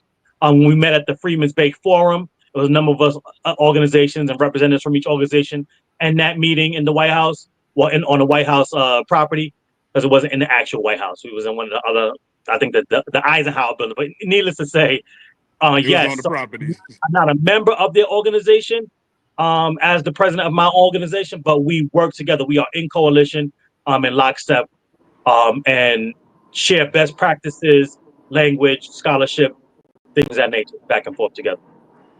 And Brother Devine, what are some of the things that can be done to unite these organizations? Because we see we getting a lot of steam, a lot of support. Particularly in the Black Belt also, where a lot of Black folks are. What's one of the ways you think we can unite? Because as you stated earlier, none of these Pan-African organizations are in support of the efforts. So what do you think could be done to reach out to the other organizations that are in alignment with what our goals and agenda is? So for me, I don't see that as an issue because my organization is already united with all those other organizations. If there's a lineage-based organization that's out there, we have been in contact with, worked with them, keep in close contact with them. Like I have a group chat with all the presidents and/or other members of these organizations, and we work and correspond with each other regularly on a weekly basis to let everybody know what's going on in these different areas, updates on things that happen here. Because what happens, even though we are in different states, in different cities and jurisdictions, having our own network of, Freeman or Foundation of Black American Media in the back channels where we share this information, we can keep each other abreast on what's going on, what's the latest, any legislative wins or things that we hear in the grapevine that we know is not going to be put out there by mainstream media. So we're already in contact. What I would say is any of the newer ones or anybody else that we don't know of, and this is no shade to anybody because people are coming on all the time. So I would say we definitely welcome that and work with anyone that's doing the work. But what's something that I say all the time is doers do and talkers talk, right? If you're a talker, I'm probably not going to know who you are and we're not going to be in unison because you're talking. Now, talk is important, so I'm not trying to belittle it, but I'm one of the doers, right? We're out here actually advocating. So when you're a doer, you run into other doers all the time. So that's how I've met a number, if not all of these other organizations is out doing, right? We'll be out advocating for something and somebody else will be advocating for something. It's like, oh, what you working on? What you doing? Oh, that was you? Oh, I heard about that, or whatever the case is. Or someone will come to me. I saw you on that podcast, or I heard you giving your testimony at the hearing. And that's how we've been able to connect with each other and keep this unified front going and pushing this thing and staying on code and keeping the best practices out front. How this is the thing, how can people, because it was a question in the chat, how can regular people get involved and help? Yeah. Oh, that's a great question. So as far as getting involved with our organizations, well, let me not even say that. You could definitely reach out. Our email address is admin, ADMIN, at usfreemanproject.org. Again, that is admin, ADMIN, at usfreemanproject.org. If it's something that we're working on, you want to work with us directly, that's an easy solve. We can get that done and worked out, and we can get to work right away. But people have reached out to me based on being on different podcasts. In fact, there was one brother that hit me up. He was like, "Hey, do you know anybody in Texas, in Houston, Texas specifically?" And I do. And so I was like, you know what? Let me connect you with the people out there that's doing some good Freeman and/or lineage-based work. And that's really what it's all about. So if you reach out to anybody, a doer in any of the other parts of the country, and you want to rock with them, they'll be able to onboard you, get you in the fight, share with you what they're doing, and get it popping that way. If you're looking to just get a referral or find out what's going on maybe in a different area, you got family somewhere else, we'll be able to plug you in somewhere with the organization that's doing good work. And you can also tap in with the OG Wisdom podcast every Sunday at 2:00, or catch us on our Thursday night show on YouTube, Thorough Black Talk Worldview. We was hoping our sister Kfighter could have came in here so she could give the political aspect of where we need to go as we divorce ourselves from the Democratic and the Republican plantation. You know, we have some powerful things going on. Again, we welcome the trolls. Shout out to y'all. As Gutter said, y'all fuel us. We don't mind. We got thick skin. And y'all don't know Gutter's a comedian anyway, so. Yeah, just do me a favor, like and subscribe. And that's it. That's all. Like, you can trust. We don't got thin skin. Like I said before, like when you was we can take a joke. I told him, like, bro, just like and share. You can come every Sunday and troll. I love it. You know what I'm saying? I love it. Word, you know, like you said, like, subscribe, and share. Send to your friends on how crazy we talking. Let them know. Say, listen to these fools. And pass the word on. You know, listen to these dumb Negroes, because I know half them is Caucasians. I know that. You know what I'm saying? Yeah. You faking. If you faking, like, so I know half the trolls is Caucasian. I don't know how they picked up on it. But they probably just saw some OG wisdom. Oh, there's some niggas talking. So you know, once you see the OG, that is the first thing they're gonna think about, nigga. You know what I'm saying? Either nigga or some Mexicans. Right. You know what I'm saying? 100. Because we the only ones really use that phrase. Yeah. You know what I'm saying? So they're gonna automatically jump on, and you know. Well, I love it. Keep trolling. Yeah. So we're coming down to the last 15 minutes. Bring the troll committee in. Yeah, the whole troll committee. Yeah, bring a whole troll committee. Bring all of them in. The more trolls, the better. Right. Yeah. Have somebody that know the troll, that want to learn some, or want to, you know, get with this, like, this special energy. Right. Well, I got good energy. Whether I'm talking, you know, what's crazy, or because I talk greasy now, or I'm you know, I'm being informative. You know what I'm saying, and breaking stuff down. You know what I'm saying? I got good energy. People love it. You know what I'm saying? Once they know who I am, instead of this shit they thinking. Right. So, Sister Breuck, tell the people what you're working on and how they could definitely stay in contact with you. We coming down to our last 15 minutes. But, you know, you take a few minutes to give it to the people, you know, where they could find you. Yeah, you can find me on YouTube at Breuck, Breuck. You can find me on Instagram at Breuck at Even Melanin, or Breuck.evenmelanin. You can find me on Twitter, Breuck at .even melanin. And so I have a skincare line as well called Even Melanin. Okay, I see Keisha saying she's backstage, but she's still having issues. So blow that skin one up. of the things, huh? Let me try to blow that skin up. You know, Even Melanin. There go our sis. All right, let me take a step back, okay? My big sis is in here. Yeah. What up, team? How y'all doing? I've been watching behind the scenes. All right, it looked like we about to go a little overtime. Yes, It's all please, right. please, please. I'm about to go It's, on mute. it's all right. I was Okay, watching behind the scenes, brothers. yeah, yeah. But okay, finish your giving your information, Sister Brooke, and what you doing? Oh, I got distracted. Okay. Yeah. Yes. Even melanin.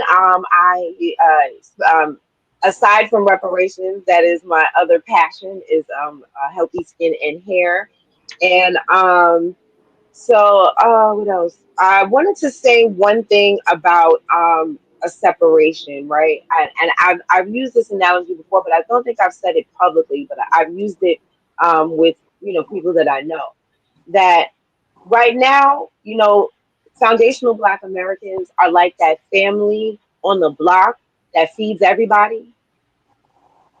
Everybody comes to our house. You know what I'm saying? All the kids be at our house playing our video games, riding our bikes, eating the food and everything like that because we were just welcome. But right now, it's like in that house, there's a crisis. One of the kids has a crisis. The kids that live in the house, the parents of the children, the children that live in the house have a crisis. So now the parents cannot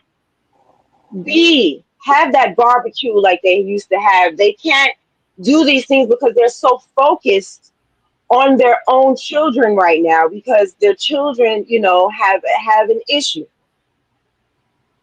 It's not that they hate the kids on the block I don't hate you guys because I'm not allowing you to come over to the house every single day and eat the food. But right now, my child has an issue and I have to focus on getting my child back in good health. Mm. That is the delineation movement. It's not, it don't really have nothing. Y'all, again, are inserting yourselves somewhere where you don't belong.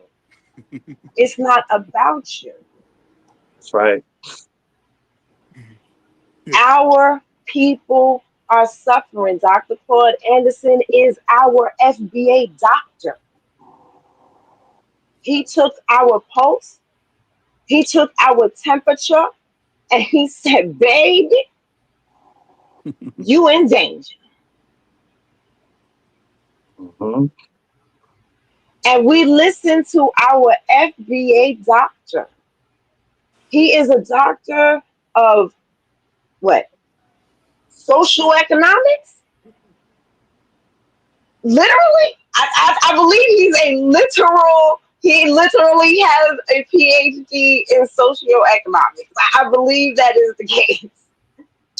So when I'm calling him our doctor and I'm using him in the form of medicine, he is our doctor. He has let us know that we have a problem and we have to solve it. We can't help everybody because the ship is sinking. Right. We cannot take on more passengers when our ship is sinking. And we definitely can't take on passengers who are, how when someone is drowning and you try to save them, and honey, I'm this person, okay? When it comes to like real swimming, when you try to save somebody who's drowning and they're flailing and bringing you down while you're trying to save them, we definitely are not in a position to be able to hold people up who are sinking our ship. You got to also add the people that when you bailing water out the ship, them motherfuckers is putting it back in. That's the And that is what I'm saying. That's the coons. Like that is what I'm saying. You have the unintentional consequences. You know what I'm saying, of us taking in too much. Then you have the intentional consequences of we have these motherfuckers coming over here. You know what I'm saying? And intentionally putting monkey wrenches in whatever we got going on. But I don't even have to go into that. Right. This is a part I want them to understand. We don't even have to go into that. It's not about you. Because when Dr. Claude Anderson was talking about it, it wasn't even really about that. It's about what we need to do for For us, for ourselves, right? our children. For our children have a problem. We have to fix it. We got to fix it. It's not about you. But, and we are not your mules. You cannot continue to ride us to our detriment. We're not your mules. We Yeah. are people, and we are going to get what we are owed. You go fight and get what you are owed. And we not gonna get in your fight, and you definitely gonna get the fuck out of ours. Sister Brooke, let me go to our sister Kfighter since she's been so Yes, patient and please. gracious. And can I ask Kfighter to explain further? Because I tried to do it, but I can't do it justice like how she do it. When you talk about what Pan African really meant, and what Garvey really meant, and what Africa really meant. Go in, sis. Thank y'all. Thank y'all for being so patient and bringing me on anyway. A shout out to the team again. But you did a very good job, Sister Brooke.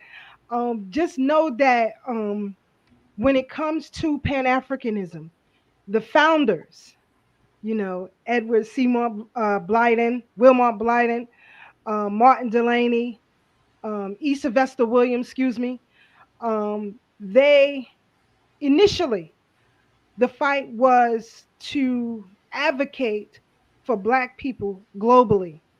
The founder, Martin Delaney, or the father of Pan Africanism, Martin Delaney, was particularly interested in Black people who were enslaved here who desired to go home to Africa. He, living as a free man and as a businessman, was very much aware and influenced by what was happening to Black people, both enslaved and free. And that's why I say, you cannot study enslavement in this country without studying the reverse Underground Railroad. It is a particular element that we have eluded as far as history, research, and the impact of foundational Black Americans. Now, when Marcus Messiah Garvey arrived on these shores, he came and he said, I quote, I am here to raise funds for my Universal Negro Improvement Association of Jamaica. In 1917, when he said that, he wasn't talking about a diaspora. He wasn't talking about a collective. He came here to learn from foundational Black American men who were already doing what he wished would happen in Jamaica and the Caribbean. So he came to study the work of Booker T. Washington. However, Booker was deceased by the time Garvey arrived. Garvey began studying white preachers, if you will. He would go and listen to white evangelicals and listen to their oral tone. He then would listen to speeches or works of Hubert Harris. And that's where the orator roar of his voice came from. It was an amalgamation of those two entities. That's another thing people don't talk about with Garvey, because we romanticize the idea of the UNIA and we stop our research and history there. It actually begins there. And that's why Pan Africanism is a failure. Your ideology of what that is a farce. When you look at the founders and what they said, please go back and read what Martin Delaney said he wanted at that particular time.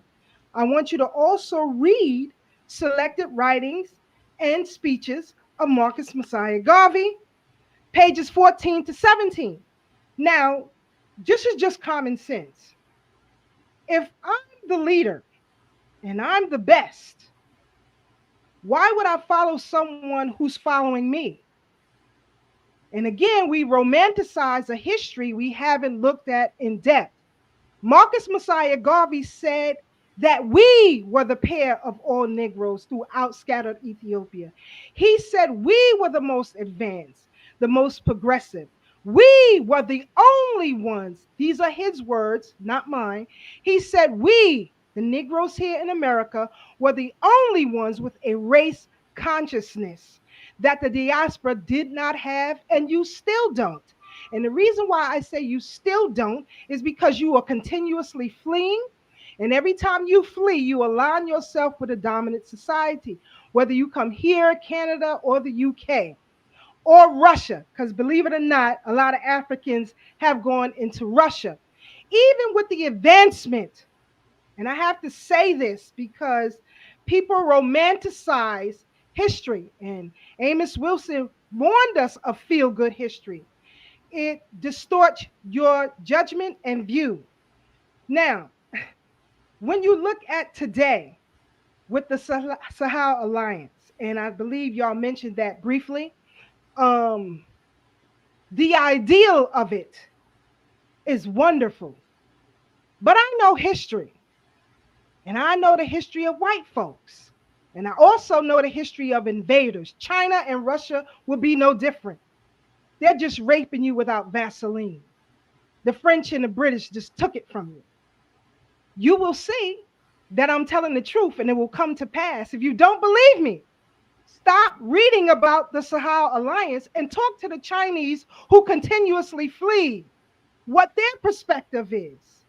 You even have now in South Africa members who are Chinese, they are aliens in that country, are now members of the ANC in controlling positions of the ANC. You now have Chinese who are forming their own police departments in these very countries. Now, I'm telling you, please start talking to Chinese nationals if you think this is going to go well for Africa. And that's the problem Africa has not learned, to stand on her own 2 feet and stop licking the boots of everybody who throws a dollar your way. We here in America understand that. We try to teach you all that, but you refuse to listen. Even your greatest scholars, your greatest orators, or your greatest activists in the nations in which you come from, all of them followed our blueprint. You don't have to look, read up on Steve Biko and see where he got movement from. This is what I'm saying. Feel good history will trap us. And so when people came and they started to learn about the UNIA, everybody's talking Garvey, Garvey, Garvey, Garvey, Garvey, Garvey, when he didn't do much of nothing. Please study the people who worked in the UNIA. Please read their writings, their memoirs, books written about them, and you will see the truth for what it is. Yes, he did some great things. Yes, he had a great ideal, but he didn't produce it by himself, not by a long shot. He didn't produce it by himself. In fact, when it came to recruitment, he did less of it than you all think. So I'm saying, and then, Pan-Africanism has bad behaviors. It always had bad behaviors from its inception. What happened was during the 70s, 80s, and 90s, what you had was an ideal, which is Pan-Africanism, merge with those who were doing activism. And so it became one. And there were no rules, regulations. A lot of lines were blurred. In fact, some of your greatest scholars, and I said this before, argued about this point amongst themselves. Yes, there was conversations with Amos Wilson and Steve Coakley and Shashi McIntyre and all of these others that you watch online. There were conversations because there were problems back then, but they just never got addressed. People just pushed it under the rug. And so we continue fighting. We still fighting. And we will never stop fighting until we get what's rightfully ours, unlike those who come across the waters onto these shores. Some fight. The majority do not. This is just a fact. Look within your own family. Those of you who are Pan-Africanists or who come from the diaspora, look within your own family. Is your own family on both sides, because you come from a mother and father, are they aligned with your ideology? What is their ideology? Or are you an outcast in your own family? Please don't let me start reading here.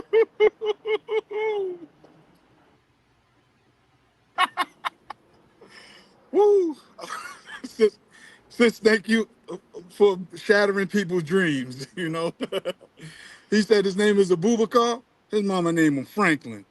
Boy, your name is Franklin. Don't come. You're named after your uncle. Your name Franklin, boy. Don't come here with that Fact, stuff. But fact. I did want to ask you, sis. And y'all gotta get. Earlier, I hope OG Wisdom, please get some mods, because these yeah, trolls is out of he gonna, control. But C got it. He welcomes y'all. Just yeah, long as you hit that like, subscribe, and share. That's Bring yeah. it. your ass. That's all we need. That's, But uh, sis, we were talking about the Democrat and Republican. Give the folks some strategies on what they could do to divorce themselves from these ideas. Oh, definitely.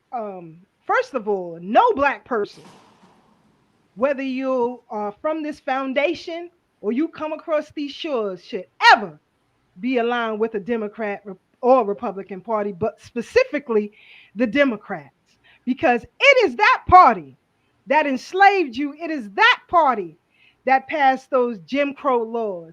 It is that party that passed these laws that keep you all incarcerated, that keep you all scratching and fighting. It is those and that group, that organization, that criminal enterprise, because that is what it is.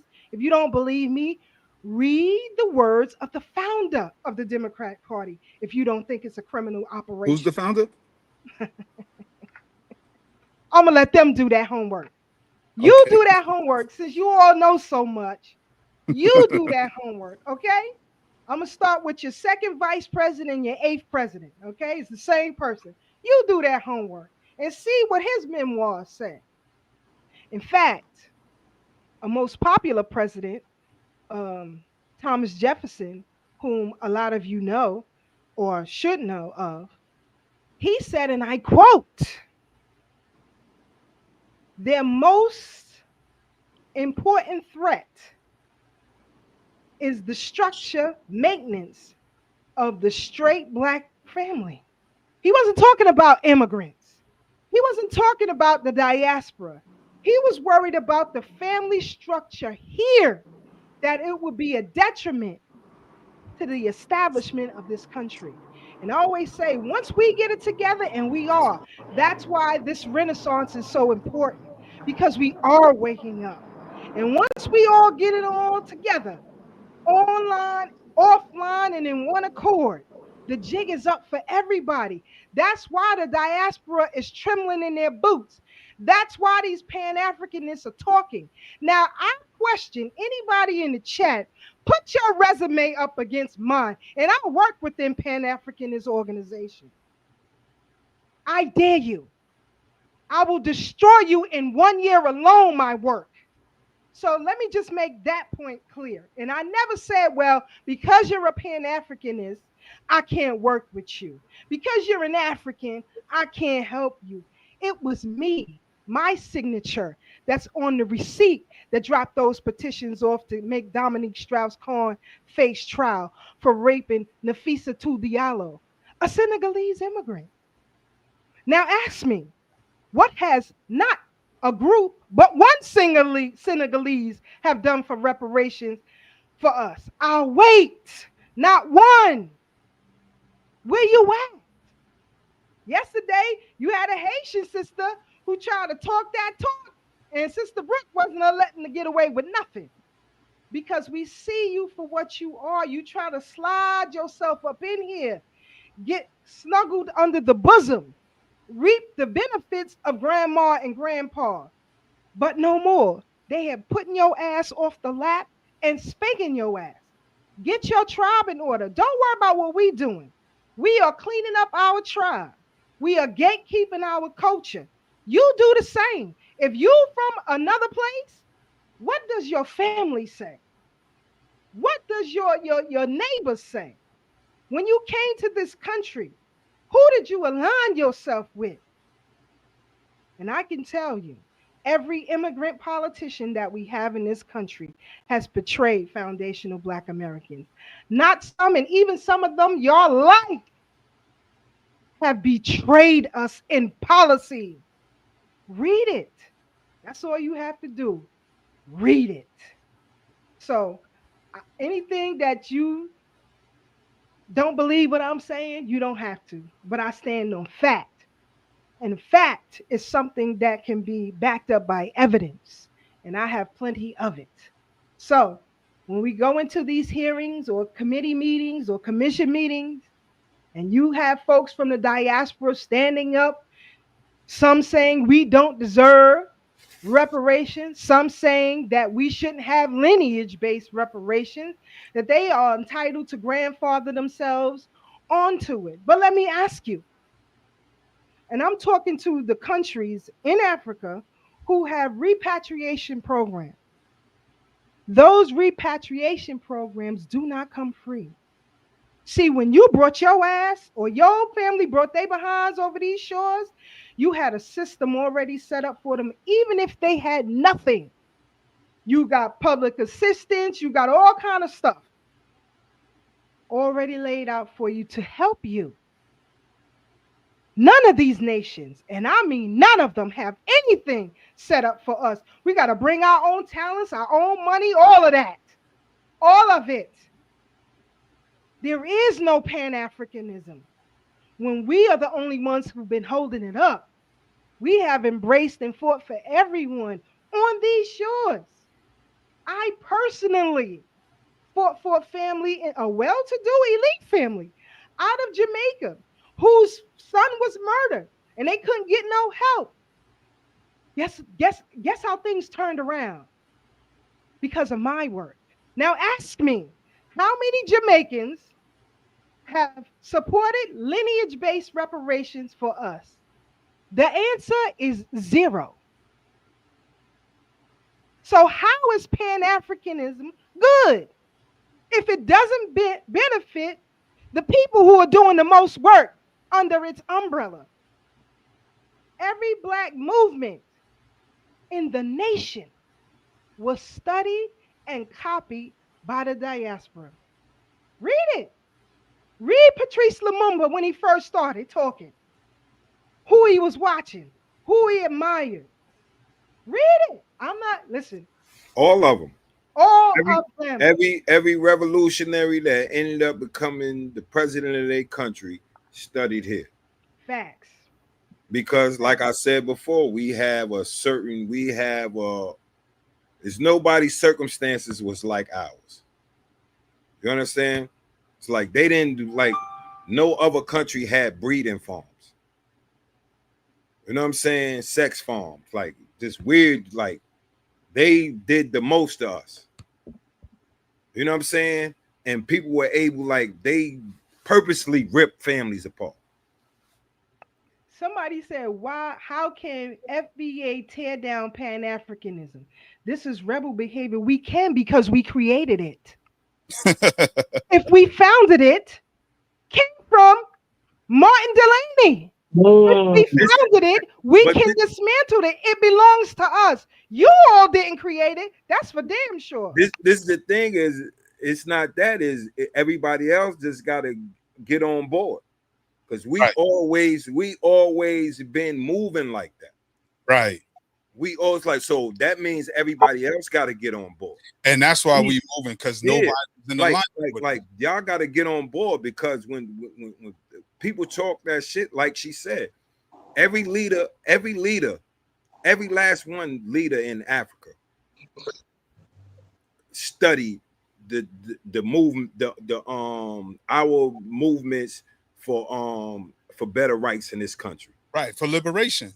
Yeah, they studied our liberation fights from before, and they know we have a special set of circumstances. That's what they understand. They understand we are the truest form of warriorhood because we're behind enemy lines and still able to make progress. Whereas everybody else, you're the majority, the vast majority. You know what I'm saying? We either a slight minority, you know what I'm saying, or more. You know what I'm saying? And they are in full economic control. You understand what I'm saying? Like, the reason why they're in control in those other places is because greedy people allowed them to gain control. Yes. And when they left those people in place. They left the coons in place to take over where they masters left. See, that's what people got to understand about because like I said, you got to study politics to know what's happening to your people. Right. So if you don't study politics, then you don't really care what's going on with your people. So now when you study those politics internationally, then you understand that we at the forefront because we have different set of circumstances. It's nobody's circumstances is like ours. We're literally fighting from behind enemy lines. Word. And everybody and we were the reason that people from like some of my people were able to come over here because of that. Right. You see what I'm saying? So let's not, you know what I'm saying? If it wasn't for the struggles that our people went through all those years, then it wouldn't have been allowed for not. And I'm not even talking about continental Africans and black people from the diaspora. I'm talking about Chinese, or Asians, Latin Americans. You know what I mean? So we the reason that everybody is here. Because they only wanted, you got to remember, they only wanted Europeans. Exactly. Because they didn't even want a certain set of Europeans here. Right, because Irish and Italian was the bottom of the there was niggas. Yeah. Because they know, like I said, like when we were speaking with Kaba last week, we spoke on their heritage as well. They got black heritage as well, and them white people know that. So they try to, you know what I'm saying? But then when they realize that we need them because niggas is getting too much power, we gonna bring them in. That's right. And that's what they do with everybody. Right. In the early 1900s, when they sent for the Southern Europeans, said, send us your sick and huddled masses. That's why so many of them see the Statue of Liberty and talk about when they grandparents and they great-grandparents came, but they never talk about how that statue was dedicated to Black Americans. And White America was like, no, them niggas ain't doing that. Bad enough. Still at the foot, though. Say it again, girl. Still at the foot, though. And who the only group that came here and changed?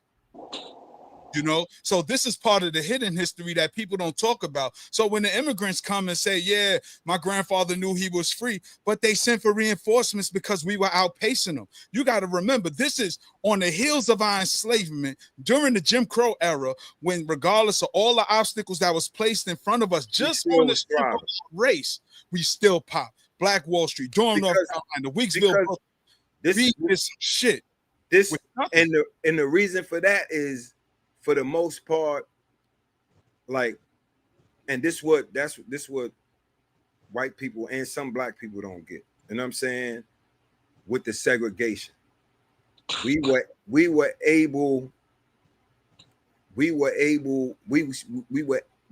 first of all, we was forced to stick together.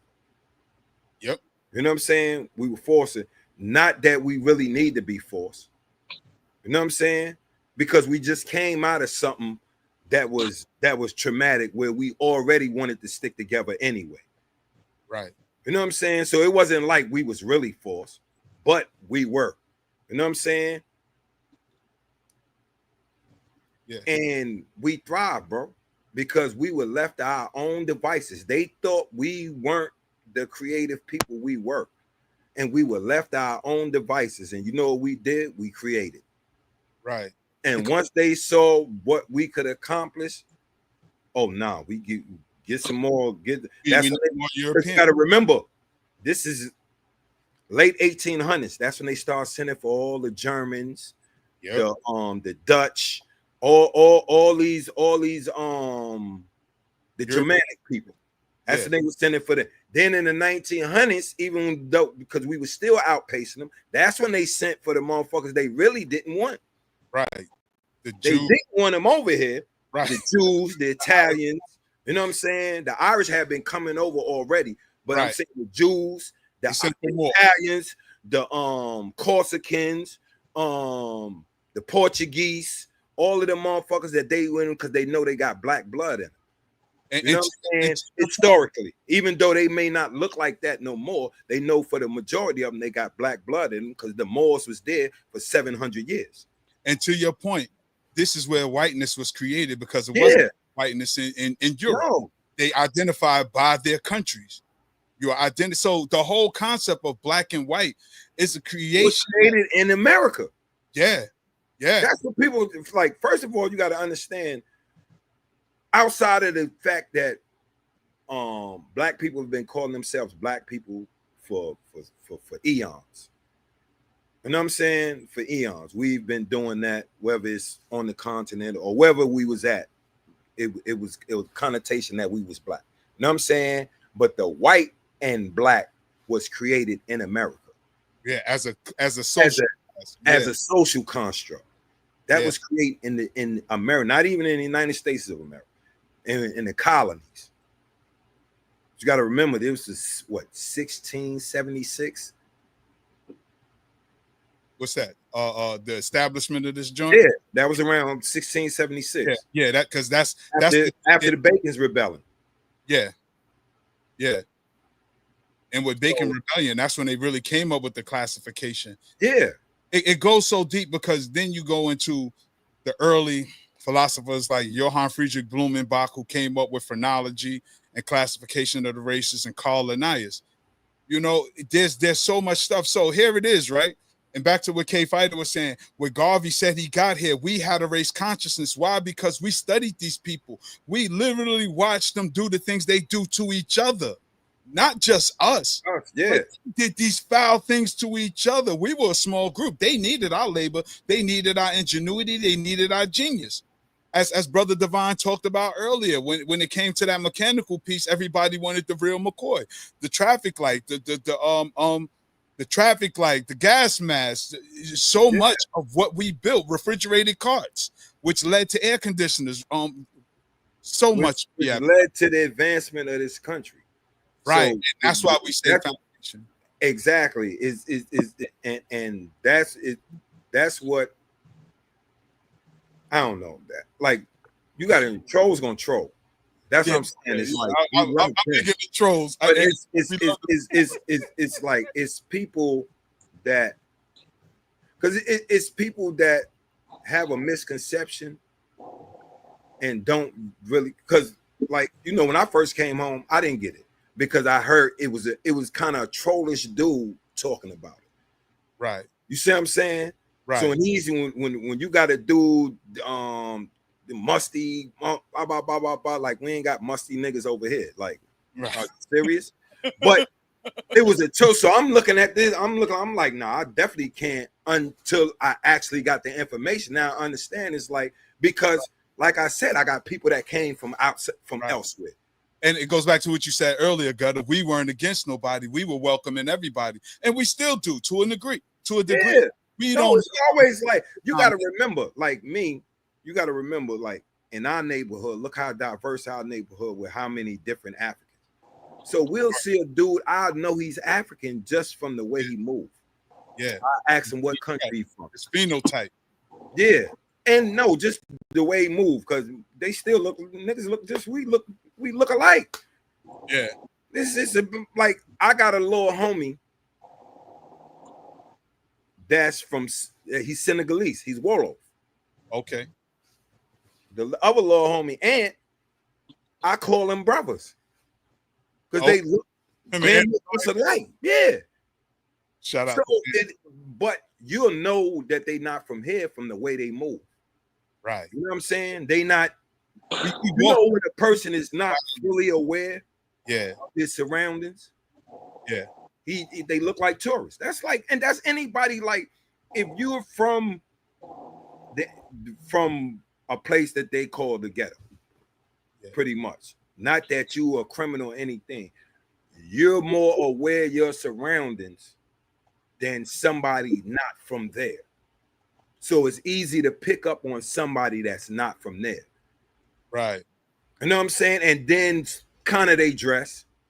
You know, they'll be in the wintertime with sandals on, my nigga.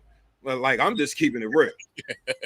We're not doing that. So I know. So I'm gonna ask them, yo, what country you from, blah blah blah blah blah blah blah, and it's always blah blah blah blah blah.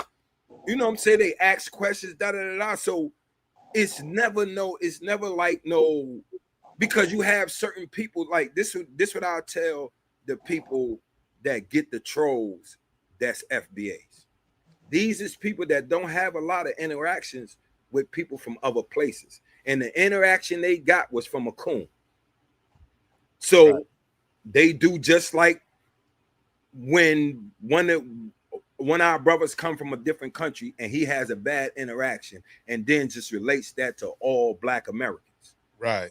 You know what I'm saying? So that's what y'all gotta understand. Like, it's some shit bags over here that just going to be disrespectful out the gate for those people that don't really understand what it is and are not anti-Black. Right. You understand what I'm saying?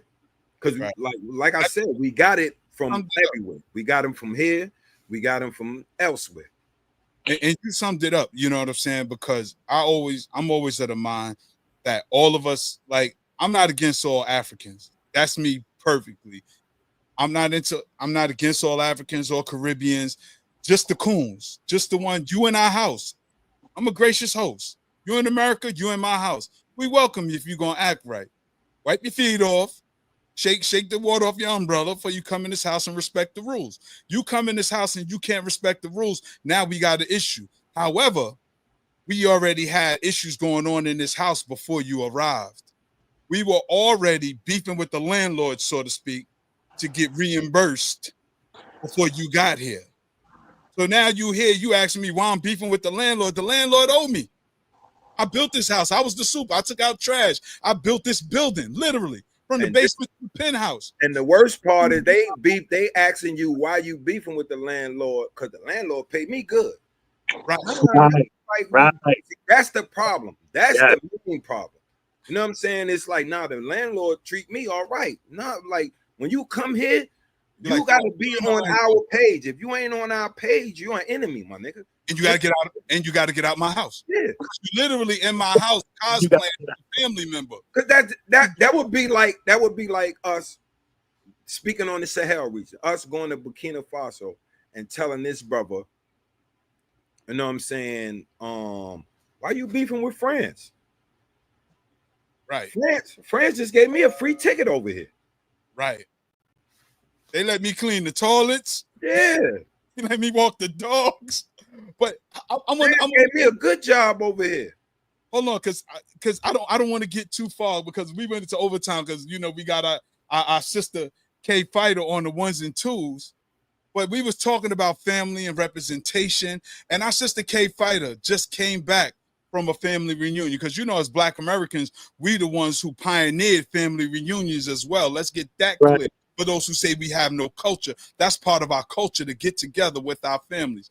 Sister Kfighter, you were at your family reunion, talking with elders, inspiring the young people. Tell us what that was like and what you walked away with. Oh man!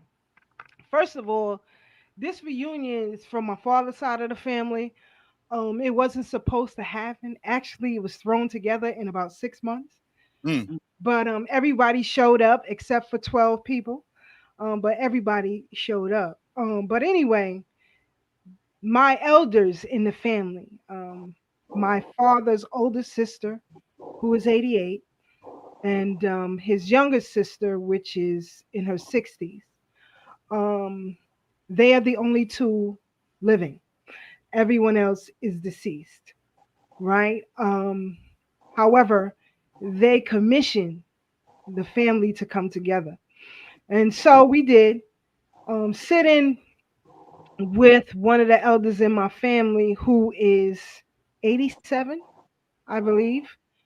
Ran down the history of our family to me and also gave me a book. I have it downstairs that was produced in 1982 by my family, about my family. So it gives the history going back to the 1700s, the oldest relatives that they were able to find at that particular time. But the beauty of it is not only was my third great uncle on my father's side fought in the Civil War, but so happened on my mother's side, but also on my father's side. So now, my father's paternal side, excuse me. Now we're looking at my father's maternal side, and yeah, we have Civil War representation there as well. In fact, we were able to find a bill of sale for my oldest ancestor in this country. One, Sally was a native, or excuse me, as I was corrected, an American Indian on these shores, who married a mulatto, who is of African origin.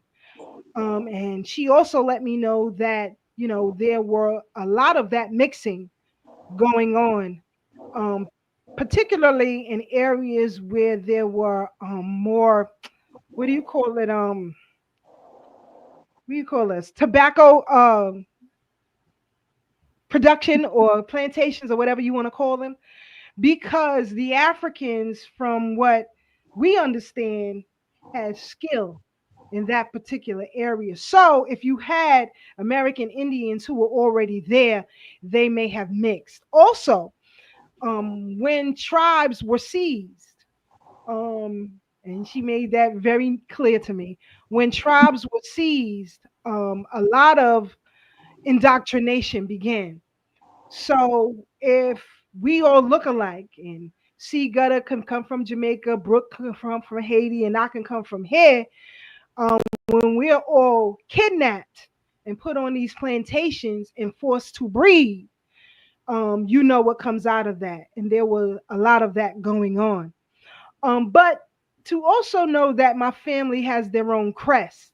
Now, to have a crest, you have to have some sort of an establishment or power within the society in which you reside. They just don't allow anybody to have a crest. You can make up one all you want to, but it won't be recognized by other nations, right? So I was able to see that crest. In fact, it's on the cover of the book. It's not up here. I wish I had it up here to show y'all, but it's downstairs. But anyway, letting me know that information, and also, um, let me just say, because I'm trying not to get emotional here. When people were enslaved in the state of Maryland, which is where my father, I mean my father's mother's maternal line comes from, um, these were areas where the Jesuits enslaved black people. And they were, if you read the history, were some of the most brutal of enslavers in the world, not just here, but in the world. They were also the producers of what you call sex farms. And places like Baltimore, the entire island of Jamaica, were used specifically for breeding. So as history goes on down the line, if you look at like people like Monique, celebrity comedian actress Monique, there is incest or was incest within her family, and this is not uncommon in that region because of what happened to them. Now, one of the things that my oldest relative was telling me is that the way that men and women were separated to look, if you will, a certain way, right? If you wanted nothing but mulattoes, you would breed such and such a certain way. But the brilliance of the mulatto men in my family they made it a point to marry the darkest women that they can find. So I wish I had the picture to show you, or on Thorough Black Talk, I will be able to show you some of that so you can see for yourself. But as I look down the family line, and from what she's telling me, and we had a pulley cart full of documents and photographs and a huge pulley cart. That's how much information was given. But they all made it a point to marry the darkest woman that they can possibly find, to reverse the bleeding out, if you will. So you have to look at all of these components. Now, during that time, they established themselves with their own identity. And I know people say Black is not an identity or nationality, but in actuality, they established that, and communities that were named just as such. So who are we? And I'm talking about 1600s, right out of indentured servitude before enslavement with the Dutch. Black people created their own communities and named them Black. That was the name of those communities. So when people say that's now our identity, you are very wrong. You are very wrong. And that's why I say to each of you, especially you who think group based, please study your own family history. Read what your ancestors, your direct ancestors wrote and did, and it will change your perspective. They identified themselves as Black, nothing else. When you look at court documents, when you look at the census before the government started changing identities, they identified themselves, Black Indians or Black. They identified themselves. And so I also have relatives who studied at NASA, other relatives who left brilliant documentation. And I am honored and blessed to have my family bestow those documents on me and said, I am to carry my family's history forward. This was given to me, not nobody else in the family, because I take this serious. This is serious business for us. I know the plantations they worked on. I know the plantation. I have receipts, copies of receipts for their purchase of my ancestors. Some of you don't have that. You don't even bother to go through your family line. Some of you don't even talk to your family, especially with that old Pan-Africanist mindset. A lot of them don't even want to hear it. Research your own family line. It will change what you think, change what you believe you know. I can tell you which white families stole our property. I can tell you which white families did what, because my ancestors had great documentation. I can show you where my oldest ancestor was registered, him, his wife, and his oldest son, Littleton, registered at the Freeman's Borough and the Freeman's Bank. Where's your documentation? You don't have none. You're going off of a feeling and a theory of somebody else's history, like Garvey, like Malcolm, like Martin. You channel and call these names because you idolize who they were and the work that they did, but you ignore your own family. Talk about it. That's an embarrassment and a disgrace. Your own ancestors are waking your dumb asses up. This Renaissance is not a happenstance. It's what our ancestors said. Go back, get your history, and read it.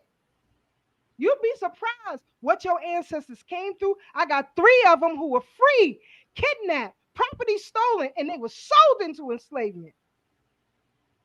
Can you tell me the name of any of your ancestors that happened to you? That happened to them? Were their children all? What happened to their descendants? How did they fight? If they fought? Not only did my ancestor fight in the Civil War, but when he got out, he broke into armories to arm the community. Maybe you came from a long line of suckers and sellouts. Maybe you're ashamed of that history. And it's okay, because we are not individuals. I know you believe that. But it took 100 folks to make you. So you are not an individual. That is a farce and a lie. And the closer and the more you study your own family history, you understand the reality of that. I don't belong to nobody but my ancestors. What they went through to produce what I do. I come from a long line of freedom fighters. Y'all only, if you only knew. Some I'm telling, the rest will be in the book because the stories are fascinating within my own lineage. So everything that you see with Kfighter, my ancestors are pleased and proud. I don't know about yours. How would your ancestor feel? You see, I know what Sally Dennis and Benjamin Dennis felt because they talked about it when they were sold from their homeland. You negate that history, don't you? You don't like to talk about how Africa played a vital role in selling us directly, not through warfare. You can go on YouTube. There are plenty of slave markets that had no interaction with white folks whatsoever, but were more profitable. But you never researched this history, right? You were told it was through warfare and through warfare only. See, I'm a hunter investigator. I hunter investigate everything that's told to me. I don't believe nothing in nobody. Nothing. It used to drive my mother crazy when she would tell me things when I was younger. I would spend hours in the library. Yep, mommy, you was right. No, mommy, you wasn't. That's the type of woman that I am. And so, as foundational Black Americans, and I am standing on that. I am standing on the legacy and the namesake that my ancestors gave me. My oldest ancestor that's still alive, my oldest relative that's still alive, who I was talking to last Saturday, told me about how the Puerto Ricans treated them, Puerto Rican immigrants, who, by the way, my great-grandmother, at least 50 of you Puerto Rican family owe your citizenship to her because she had the money and the status to vouch for you. 50 at least you owe us. She said, and I quote, that in order to get past, that the Puerto Ricans would stand arm to arm, this is in the 1950s, that they would stand arm to arm in a chain link to block Black people from going past 96th Street. And so my cousin, who was 80-something years of age, she was telling me, her mother, Aunt Mary, was about these hands. So as they armed themselves, she was punching people in the face. Get out my way. This came from Puerto Ricans. And she said, and I quote, the darker skinned Puerto Ricans were the worst. They would let them know they identified as white. I have a recording of her saying that. Trust and believe. She said they made it known. Yeah, we white. We not like y'all. Y'all colored and y'all niggas. And Aunt Mary would say, you see a nigga, step to a nigga. And she was fighting. So I'm just saying, study your own family history. I beg you. I'm teaching a class the end of this month, Genealogy 101. You need to be in that class. You need to be in that class. Because as soon as you start studying your family's history, going past your grandparents, when you get to great-grandparents and great-great and great-great and great-great-uncles, woo, it changes everything. And everything that you thought you knew, it's going to put in the garbage. Trust me when I tell you. Trust me. And she talked about, you see, she showed me a picture of my father's oldest sister in the 1950s at public school here in Fort Greene, Brooklyn. It was my aunt and another Black person in the class. Everybody else was white. But she showed me that picture to show me what the teacher looked like. And she said that teacher that my aunt and this other Black student had was the only Black teacher in Brooklyn, period, at the time. So when all of these folks was coming over, and they started fighting teachers unions and forming teachers unions and all of that. That's when all of these folks got jobs, she said. They did the fighting. You got the benefit. That's all I'm saying. Study your own family history, people. So, Might want sis, to take this class. yeah, definitely tell the people about the class. And I also, again, I want you to remind them how can they divorce these plantations? Or would you rather tell them Thursday on Thorough Black Talk? I'll tell them on Thursday on Thorough Black Talk because I have some slides and stuff for people to see. So it's better that way for me anyway. But you want to take that class, Genealogy 101, August 24th. If you go to Thorough Black Talk's Facebook and Instagram and Twitter pages, you should be able to find the flyer and registration form. And I'm going to show you. I'm going to show you 101 what it takes to research your family history. And the brilliant thing of this, learning the story, because it's not just researching your own family history. See, what I do, like if I'm researching my family, my father and mother's generation, which were baby boomers, I just don't study them. I study where they live, how the people lived around them, what happened during that particular time. You know, my family, I'm gonna show Tad some pictures or show y'all some pictures on Thursday. I'd You say know, Thursday. yeah, where you have that what is now called Battery Park or Commodore Park. We Right. call it City Park. Those real Brooklynites, we call it City Park. I can show you pictures of my aunts and uncles and my parents when that park didn't even exist. What about a fort? Yeah. That's in between Fort Greene and Farragut. Yeah, Before yeah. it even it used to be a baseball field. I got pictures of what is now the Eagle buildings when they didn't even exist. Shout out to the Eagle buildings. I used to So think like they I were the Fort Greene, but until you on the BQE, and you'll see why they called the Eagle buildings. Yep. Big Eagles on the corner. Yep. Oh, you live in the fort? Nah, that's the Eagle buildings. Yeah, Yep. it's Fort Greene. Nah, it's not. I got pictures before that stuff even existed. Dudes always say I'm from the Eagle buildings. Word, not Fort Greene. Yeah. Right across the street from the Eagle buildings. But see, actually, it was a big white mansion. Oh wow, where the Eagle buildings are? I got the photographs. It was a mansion there. I want you to address brother Devine's #1 fan, Bruticus Inc. That's Devine's biggest fan. Brother Devine, you have to put your cash app up for this cat. Ashton, how can you help FBA after you just gave a whole spiel on your family dynamics, your bloodline, and talk about the Grandmaster teachers? Though you gave a history of Garvey's and the like. And for those who don't know, hold on. Don't help. Why are you violating the grant? Yo, like this dude is all over the place, my nigga. That's how he said. Like I've been watching his comments. That's how he said. I'll be #1 fan. Yeah, he been on you from early, cuz. You're a woman, Holmes. Bruticus Inc. I hope you're a female. The way you sweating my dude, Devine. Please be a chick, because we don't do the alphabet stuff. If that's your lifestyle, more power to you in Greenwich. Please.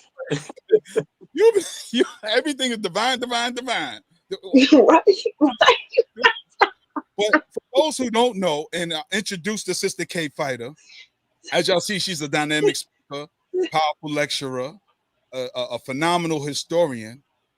But her work in the community is more powerful and dynamic because she has hosted, sat with, helped educate some of what y'all will call the master teachers. Last week we had teacher Baba Kama Kamene come on here, a student of Dr. Clark and Dr. Ben and Ivan Van Sertima, literally sat at their feet and traveled the world with them.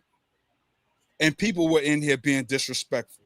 So please put some respect when you say master teachers, because now you're minimizing the value of what a master teacher is. Because when we present to you the true and living, y'all want to chase behind ghosts like you the fucking Ghostbusters or some shit. We got true and living in our midst. We had Kaba here, and our sister Kfighter is here, who is giving you a litany of reality, not no book jumbo, but her. I was suplex Devine. He saw, yo, this dude here. That's what I'm saying. You can't give him more energy you give him. That's what I'm saying, bro. Bruticus. He been saying that the whole time. The whole time. I think it's like on repeat. Pause. This ain't WWE. Word, Wait, yeah, Pause. Bro, just hit the like and subscribe. Brutus, he said, Bruticus, sorry. He says the master teachers would not like this. Shashi McIntyre did. Exactly. They don't know who Sachi. But this person, see, and that's what I'm saying, sis. It's easy to say the master teachers. Was Dr. Clark not an FBA? How often did you see Dr. Clark with dashiki? His name was Dr. John Henry Clark. Not Abuba nothing. That man said he ate pork and he believed in Jesus. Would you call Dr. Clark a coon? And that's what I talk about, the rhetoric of the Pan-African movement. Because if somebody eat pork or they believe in Christ, or if they got a what y'all would call a European name, you want to minimize them. Dr. Clark is from the South. Dr. Clark is FBA, whether you recognize it or not. And the way he sees some of y'all behaving, because again, we were the ones who moved the needle for Pan-Africanism. Dr. Ben ate swizzle. Right. And He Dr. Ben ate swizzle. And Dr. Ben is Caribbean, and we love Dr. Ben and would never disrespect him. But they wouldn't go for none of this foolishness that y'all coons are doing. Bro, listen, how many of the master teachers that us in America raise up to high standards that are not, that's what I'm saying, is never us, my nigga. Nah, it's not. It's never us. And for He this said, Rudicus, he said, hold on. They practice together. Hold on. First of all, I was in an organization with all of them. talk about it. Okay? Talk about it. Not on the outside, inside. That is Amos Wilson, Dr. Ben, Dr. Clark. In fact, Dr. Clark's second wife, Sister Sybil, is Jamaican, of Jamaican ancestry. That's right. Y'all don't even know. But anyway, they did argue with each other. Dr. Carl. You just didn't see it. They didn't have these platforms that we have now. They absolutely did. In fact, two of them almost came to blows. I'm going to leave that for the book. But they almost came to blows. But you don't know that. The same thing that we talking about right now was discussed. But because of activism and so many racial cases, were happening at that critical time, a lot of things were pushed under the rug and they weren't dealt with. I'm saying this because all of yous wasn't even there, because I don't know who the hell you are, and I was there. Right. Not just a member, but in leadership of this organization. So let me just make it clear. Some of these newbies that y'all see, when you look at people like Sucker Polite or Umar or Seti, even Irritated Genie, I'm the one who booked them for UAM. That was my work. And everybody know, and you can ask any one of them, they knew when they came across UAM, they were validated. Dick Gregory, so many. All of them. So many. Y'all have no clues. Whether it's Shashi McIntyre or Dr. Nathan and Julia Hare, whether it was Dr. Ernie Smith, it doesn't matter. Oh, now you got it. Oh, you copy, please, my nigga. You was just popping mad shit. You was just popping mad shit, my nigga. Because he like the popping mad, please. Yes. He's a woman. Ludicrous. I'm just saying. First of all, you know, I stand on history. I don't stand on feel good, because some things I agree with. You know, history is not to make you feel good. History is to give you an understanding. It's to give you a blueprint for the society and the world in which you live. That is it. Some people romanticize it. It becomes cultish, like a lot of these organizations, and Pan-Africanism. To be frank, it's cultish. Right quick. Yo, bro, you just said all that, but you got Bruticus. Like you got the mad European name. Like I know, like, is you serious, my guy? Is you dead ass serious? Now I got to give you the most Brooklyn word of all time. Are you dead ass? You can't be dead ass. Cause you just said, I thought it was like a white boy troll or something. But when you said all, it gotta be a white boy troll that just knows some shit. You know what I'm saying? Cause you got the brute like Bruticus, my nigga. Come on, cuz. You dead ass. Yo, y'all, we went into hour into overtime. And we can wrap this up and enjoy the rest of our day. Yeah. Yo, because we definitely enjoyed you. You were very entertaining. Yeah, subscribe. You're the president of Divine's Come fan. back next week so we can get some more rec. Because I'm gonna have questions about that Bruticus. Gotta take it back. I'm gonna have questions about that Bruticus. You know what I'm saying? You know, I got a little question for a few other people.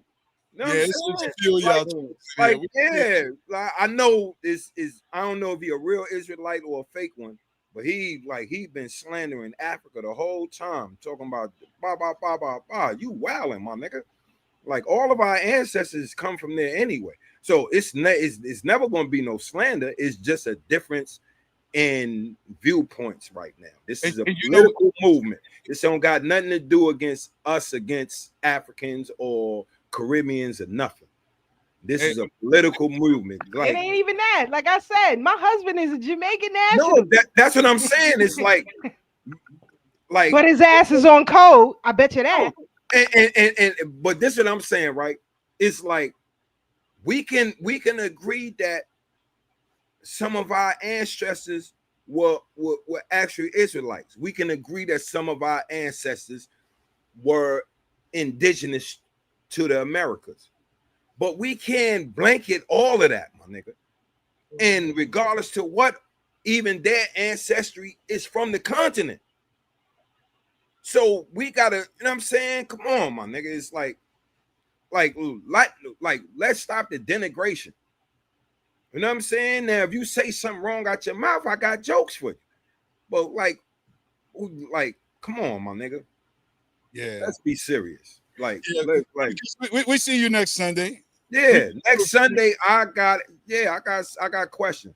Yeah, bring your whole crew too. Yeah, I got questions. We all working on this phone I line. definitely got some questions for the Israelite brother or sister, whoever that is. You know what I'm saying? I got a few questions for you too. You know what I'm saying? I got some smoke now. We can get it. We can talk some history. You know what I'm saying? And we can go to some books besides the Bible. But let's wrap this up tonight. Sister Breuck, final words. Yes. What do you leave the people with? Well, I've said this before. I don't think I said it here. But we've seen a lot of just unexplainable things happening. We had a couple of plantations that like spontaneously caught on fire. We had some boats blow up on Lake Lanier. Yep. And I believe that it is because a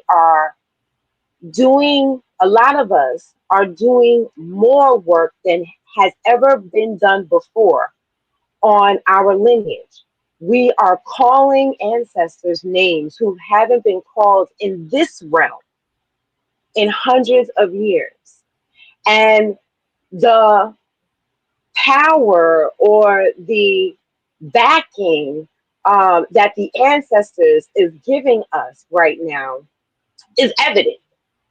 I believe that, having a genealogy class at this time is more than just finding out or tracing your lineage to the 1870 census so we can get our reparations, because you got to do that. Okay, make sure you do that.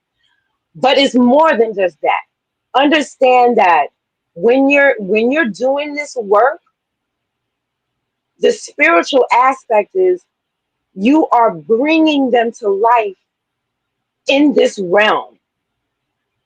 Something that hasn't been done in a while, and that is going to increase our chances. It is why I believe that this renaissance is taking off the way it is, because we have not only the cultural DNA, the epigenetics to push forward to flatten any obstacle in our path, may they be foreign or domestic.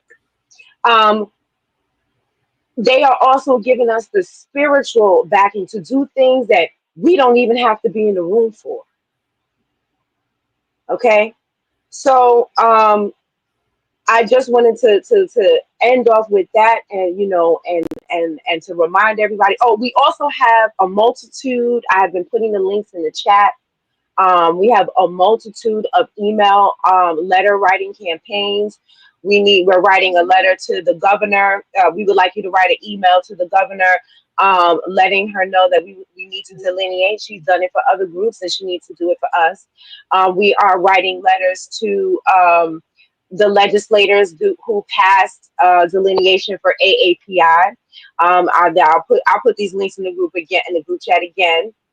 And then we have a letter to our task force legislators, an email to our task force legislators requesting that they get on board with the delineation process. We have other emails requesting that we get a bill that is actually lineage based and constitutionally sound.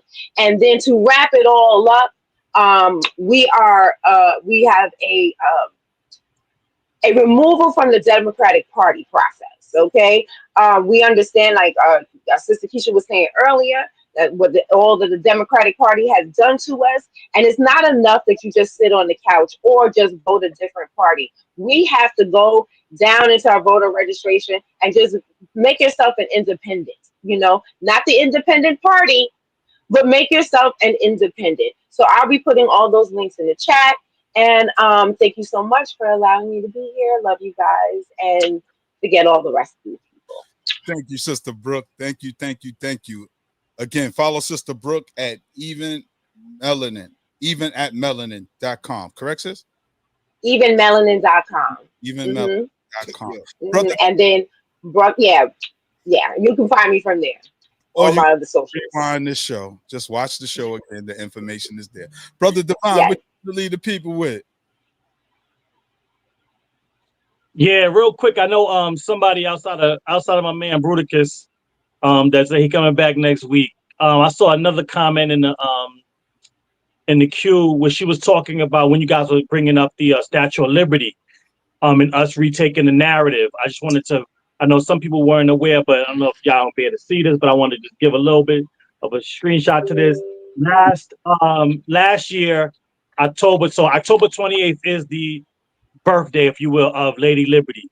And last year on October 28th, the U.S. Freeman Project went out there, down there to the park where you get on the ferry to go over there, and taught everyone that was in attendance about the true meaning of the Statue of Liberty. Let it be known that, yes, the shackles are still at the feet. It was a gift from France to celebrate abolition and abolition of our ancestors that was enslaved here.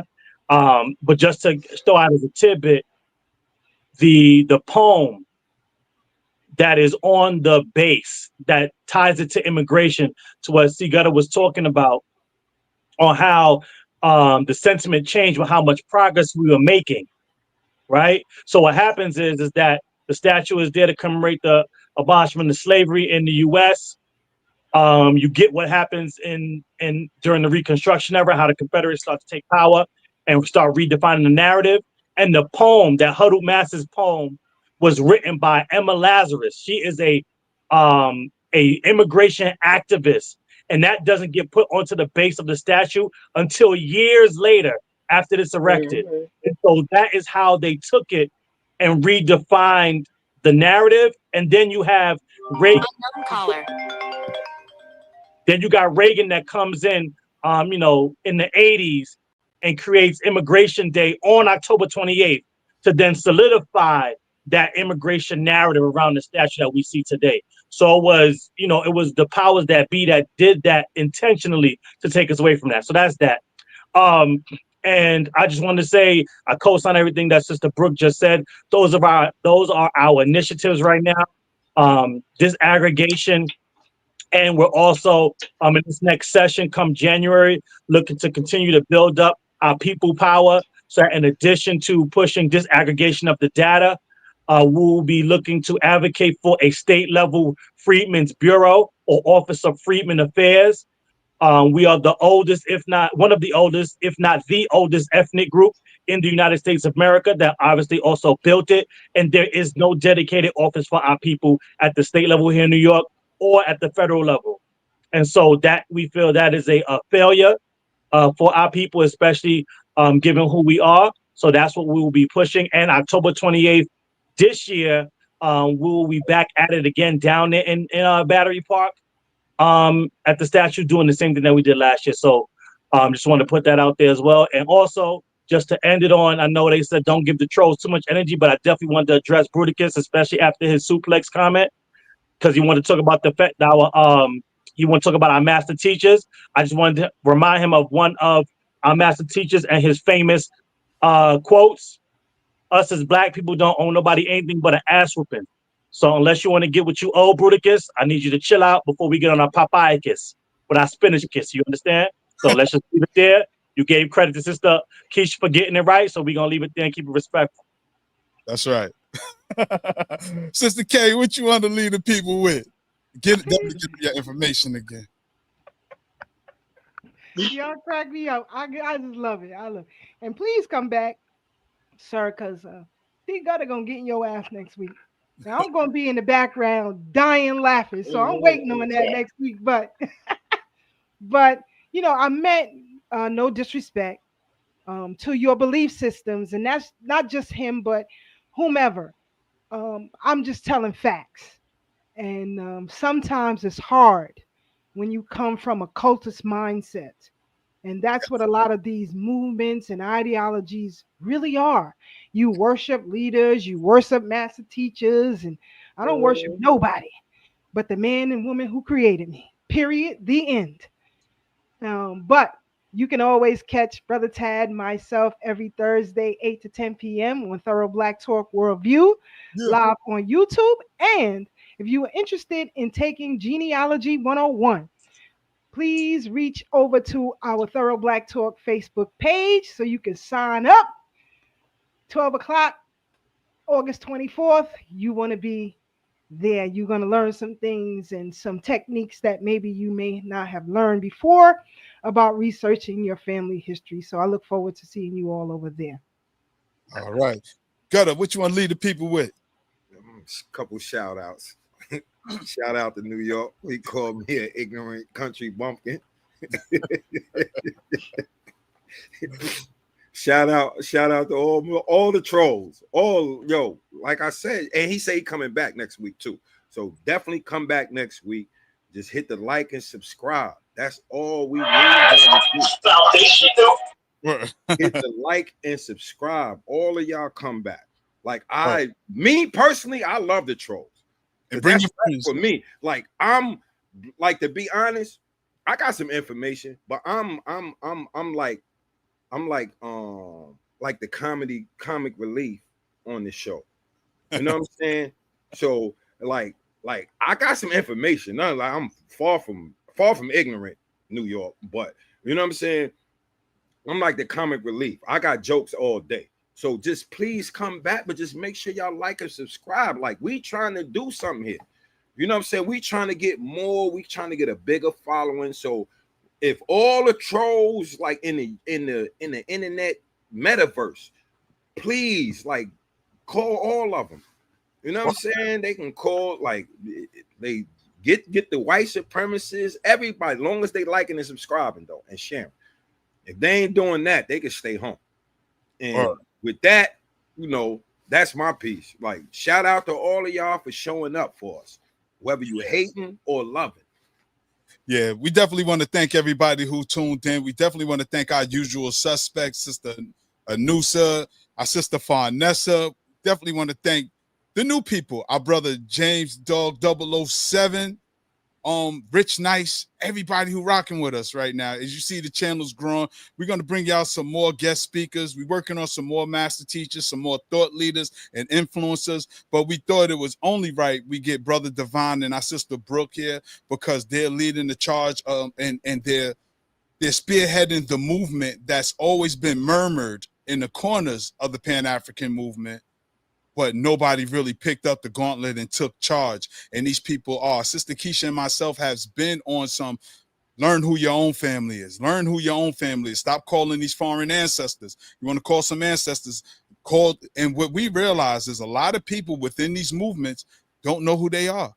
That's why it's so easy to develop a cult. That's why Brother Polite, Sucker Polite can have a cult and have people follow him, even though he committed the most egregious act by violating a child. This is why Umar could take money from people for decades and not produce anything. And all he got to do is just keep talking. He lose the money, say he need more money, and y'all give it to him.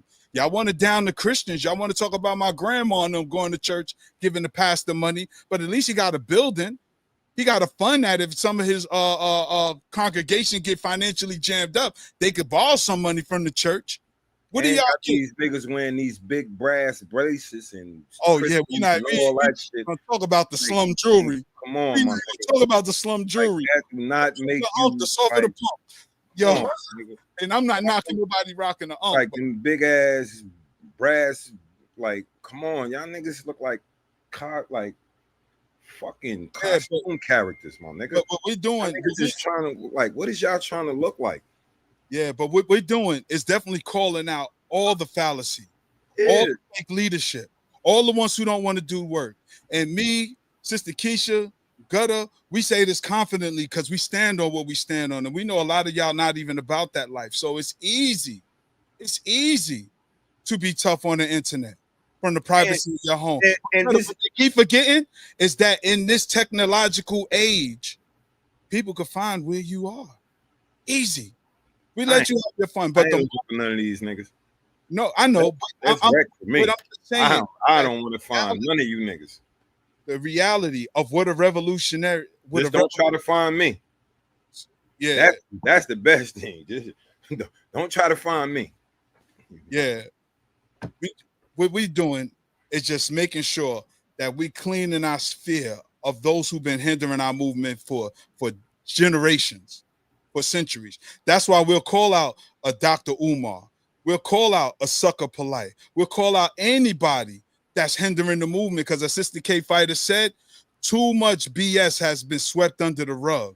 And us as FBA, we're not playing it no more. We're not playing nicety politics. We're going to be respectful, but we're not playing with this foolishness. So with that said, please join us Thursday at 8 p.m. on Thorough Black Talk, where we continue conversations like this and definitely come back here to the OG Wisdom Podcast every Sunday at 2 p.m. You never know who we might have. You never know what our topic's going to be. Shout out to all FBAs. Shout out to all FBA supporters.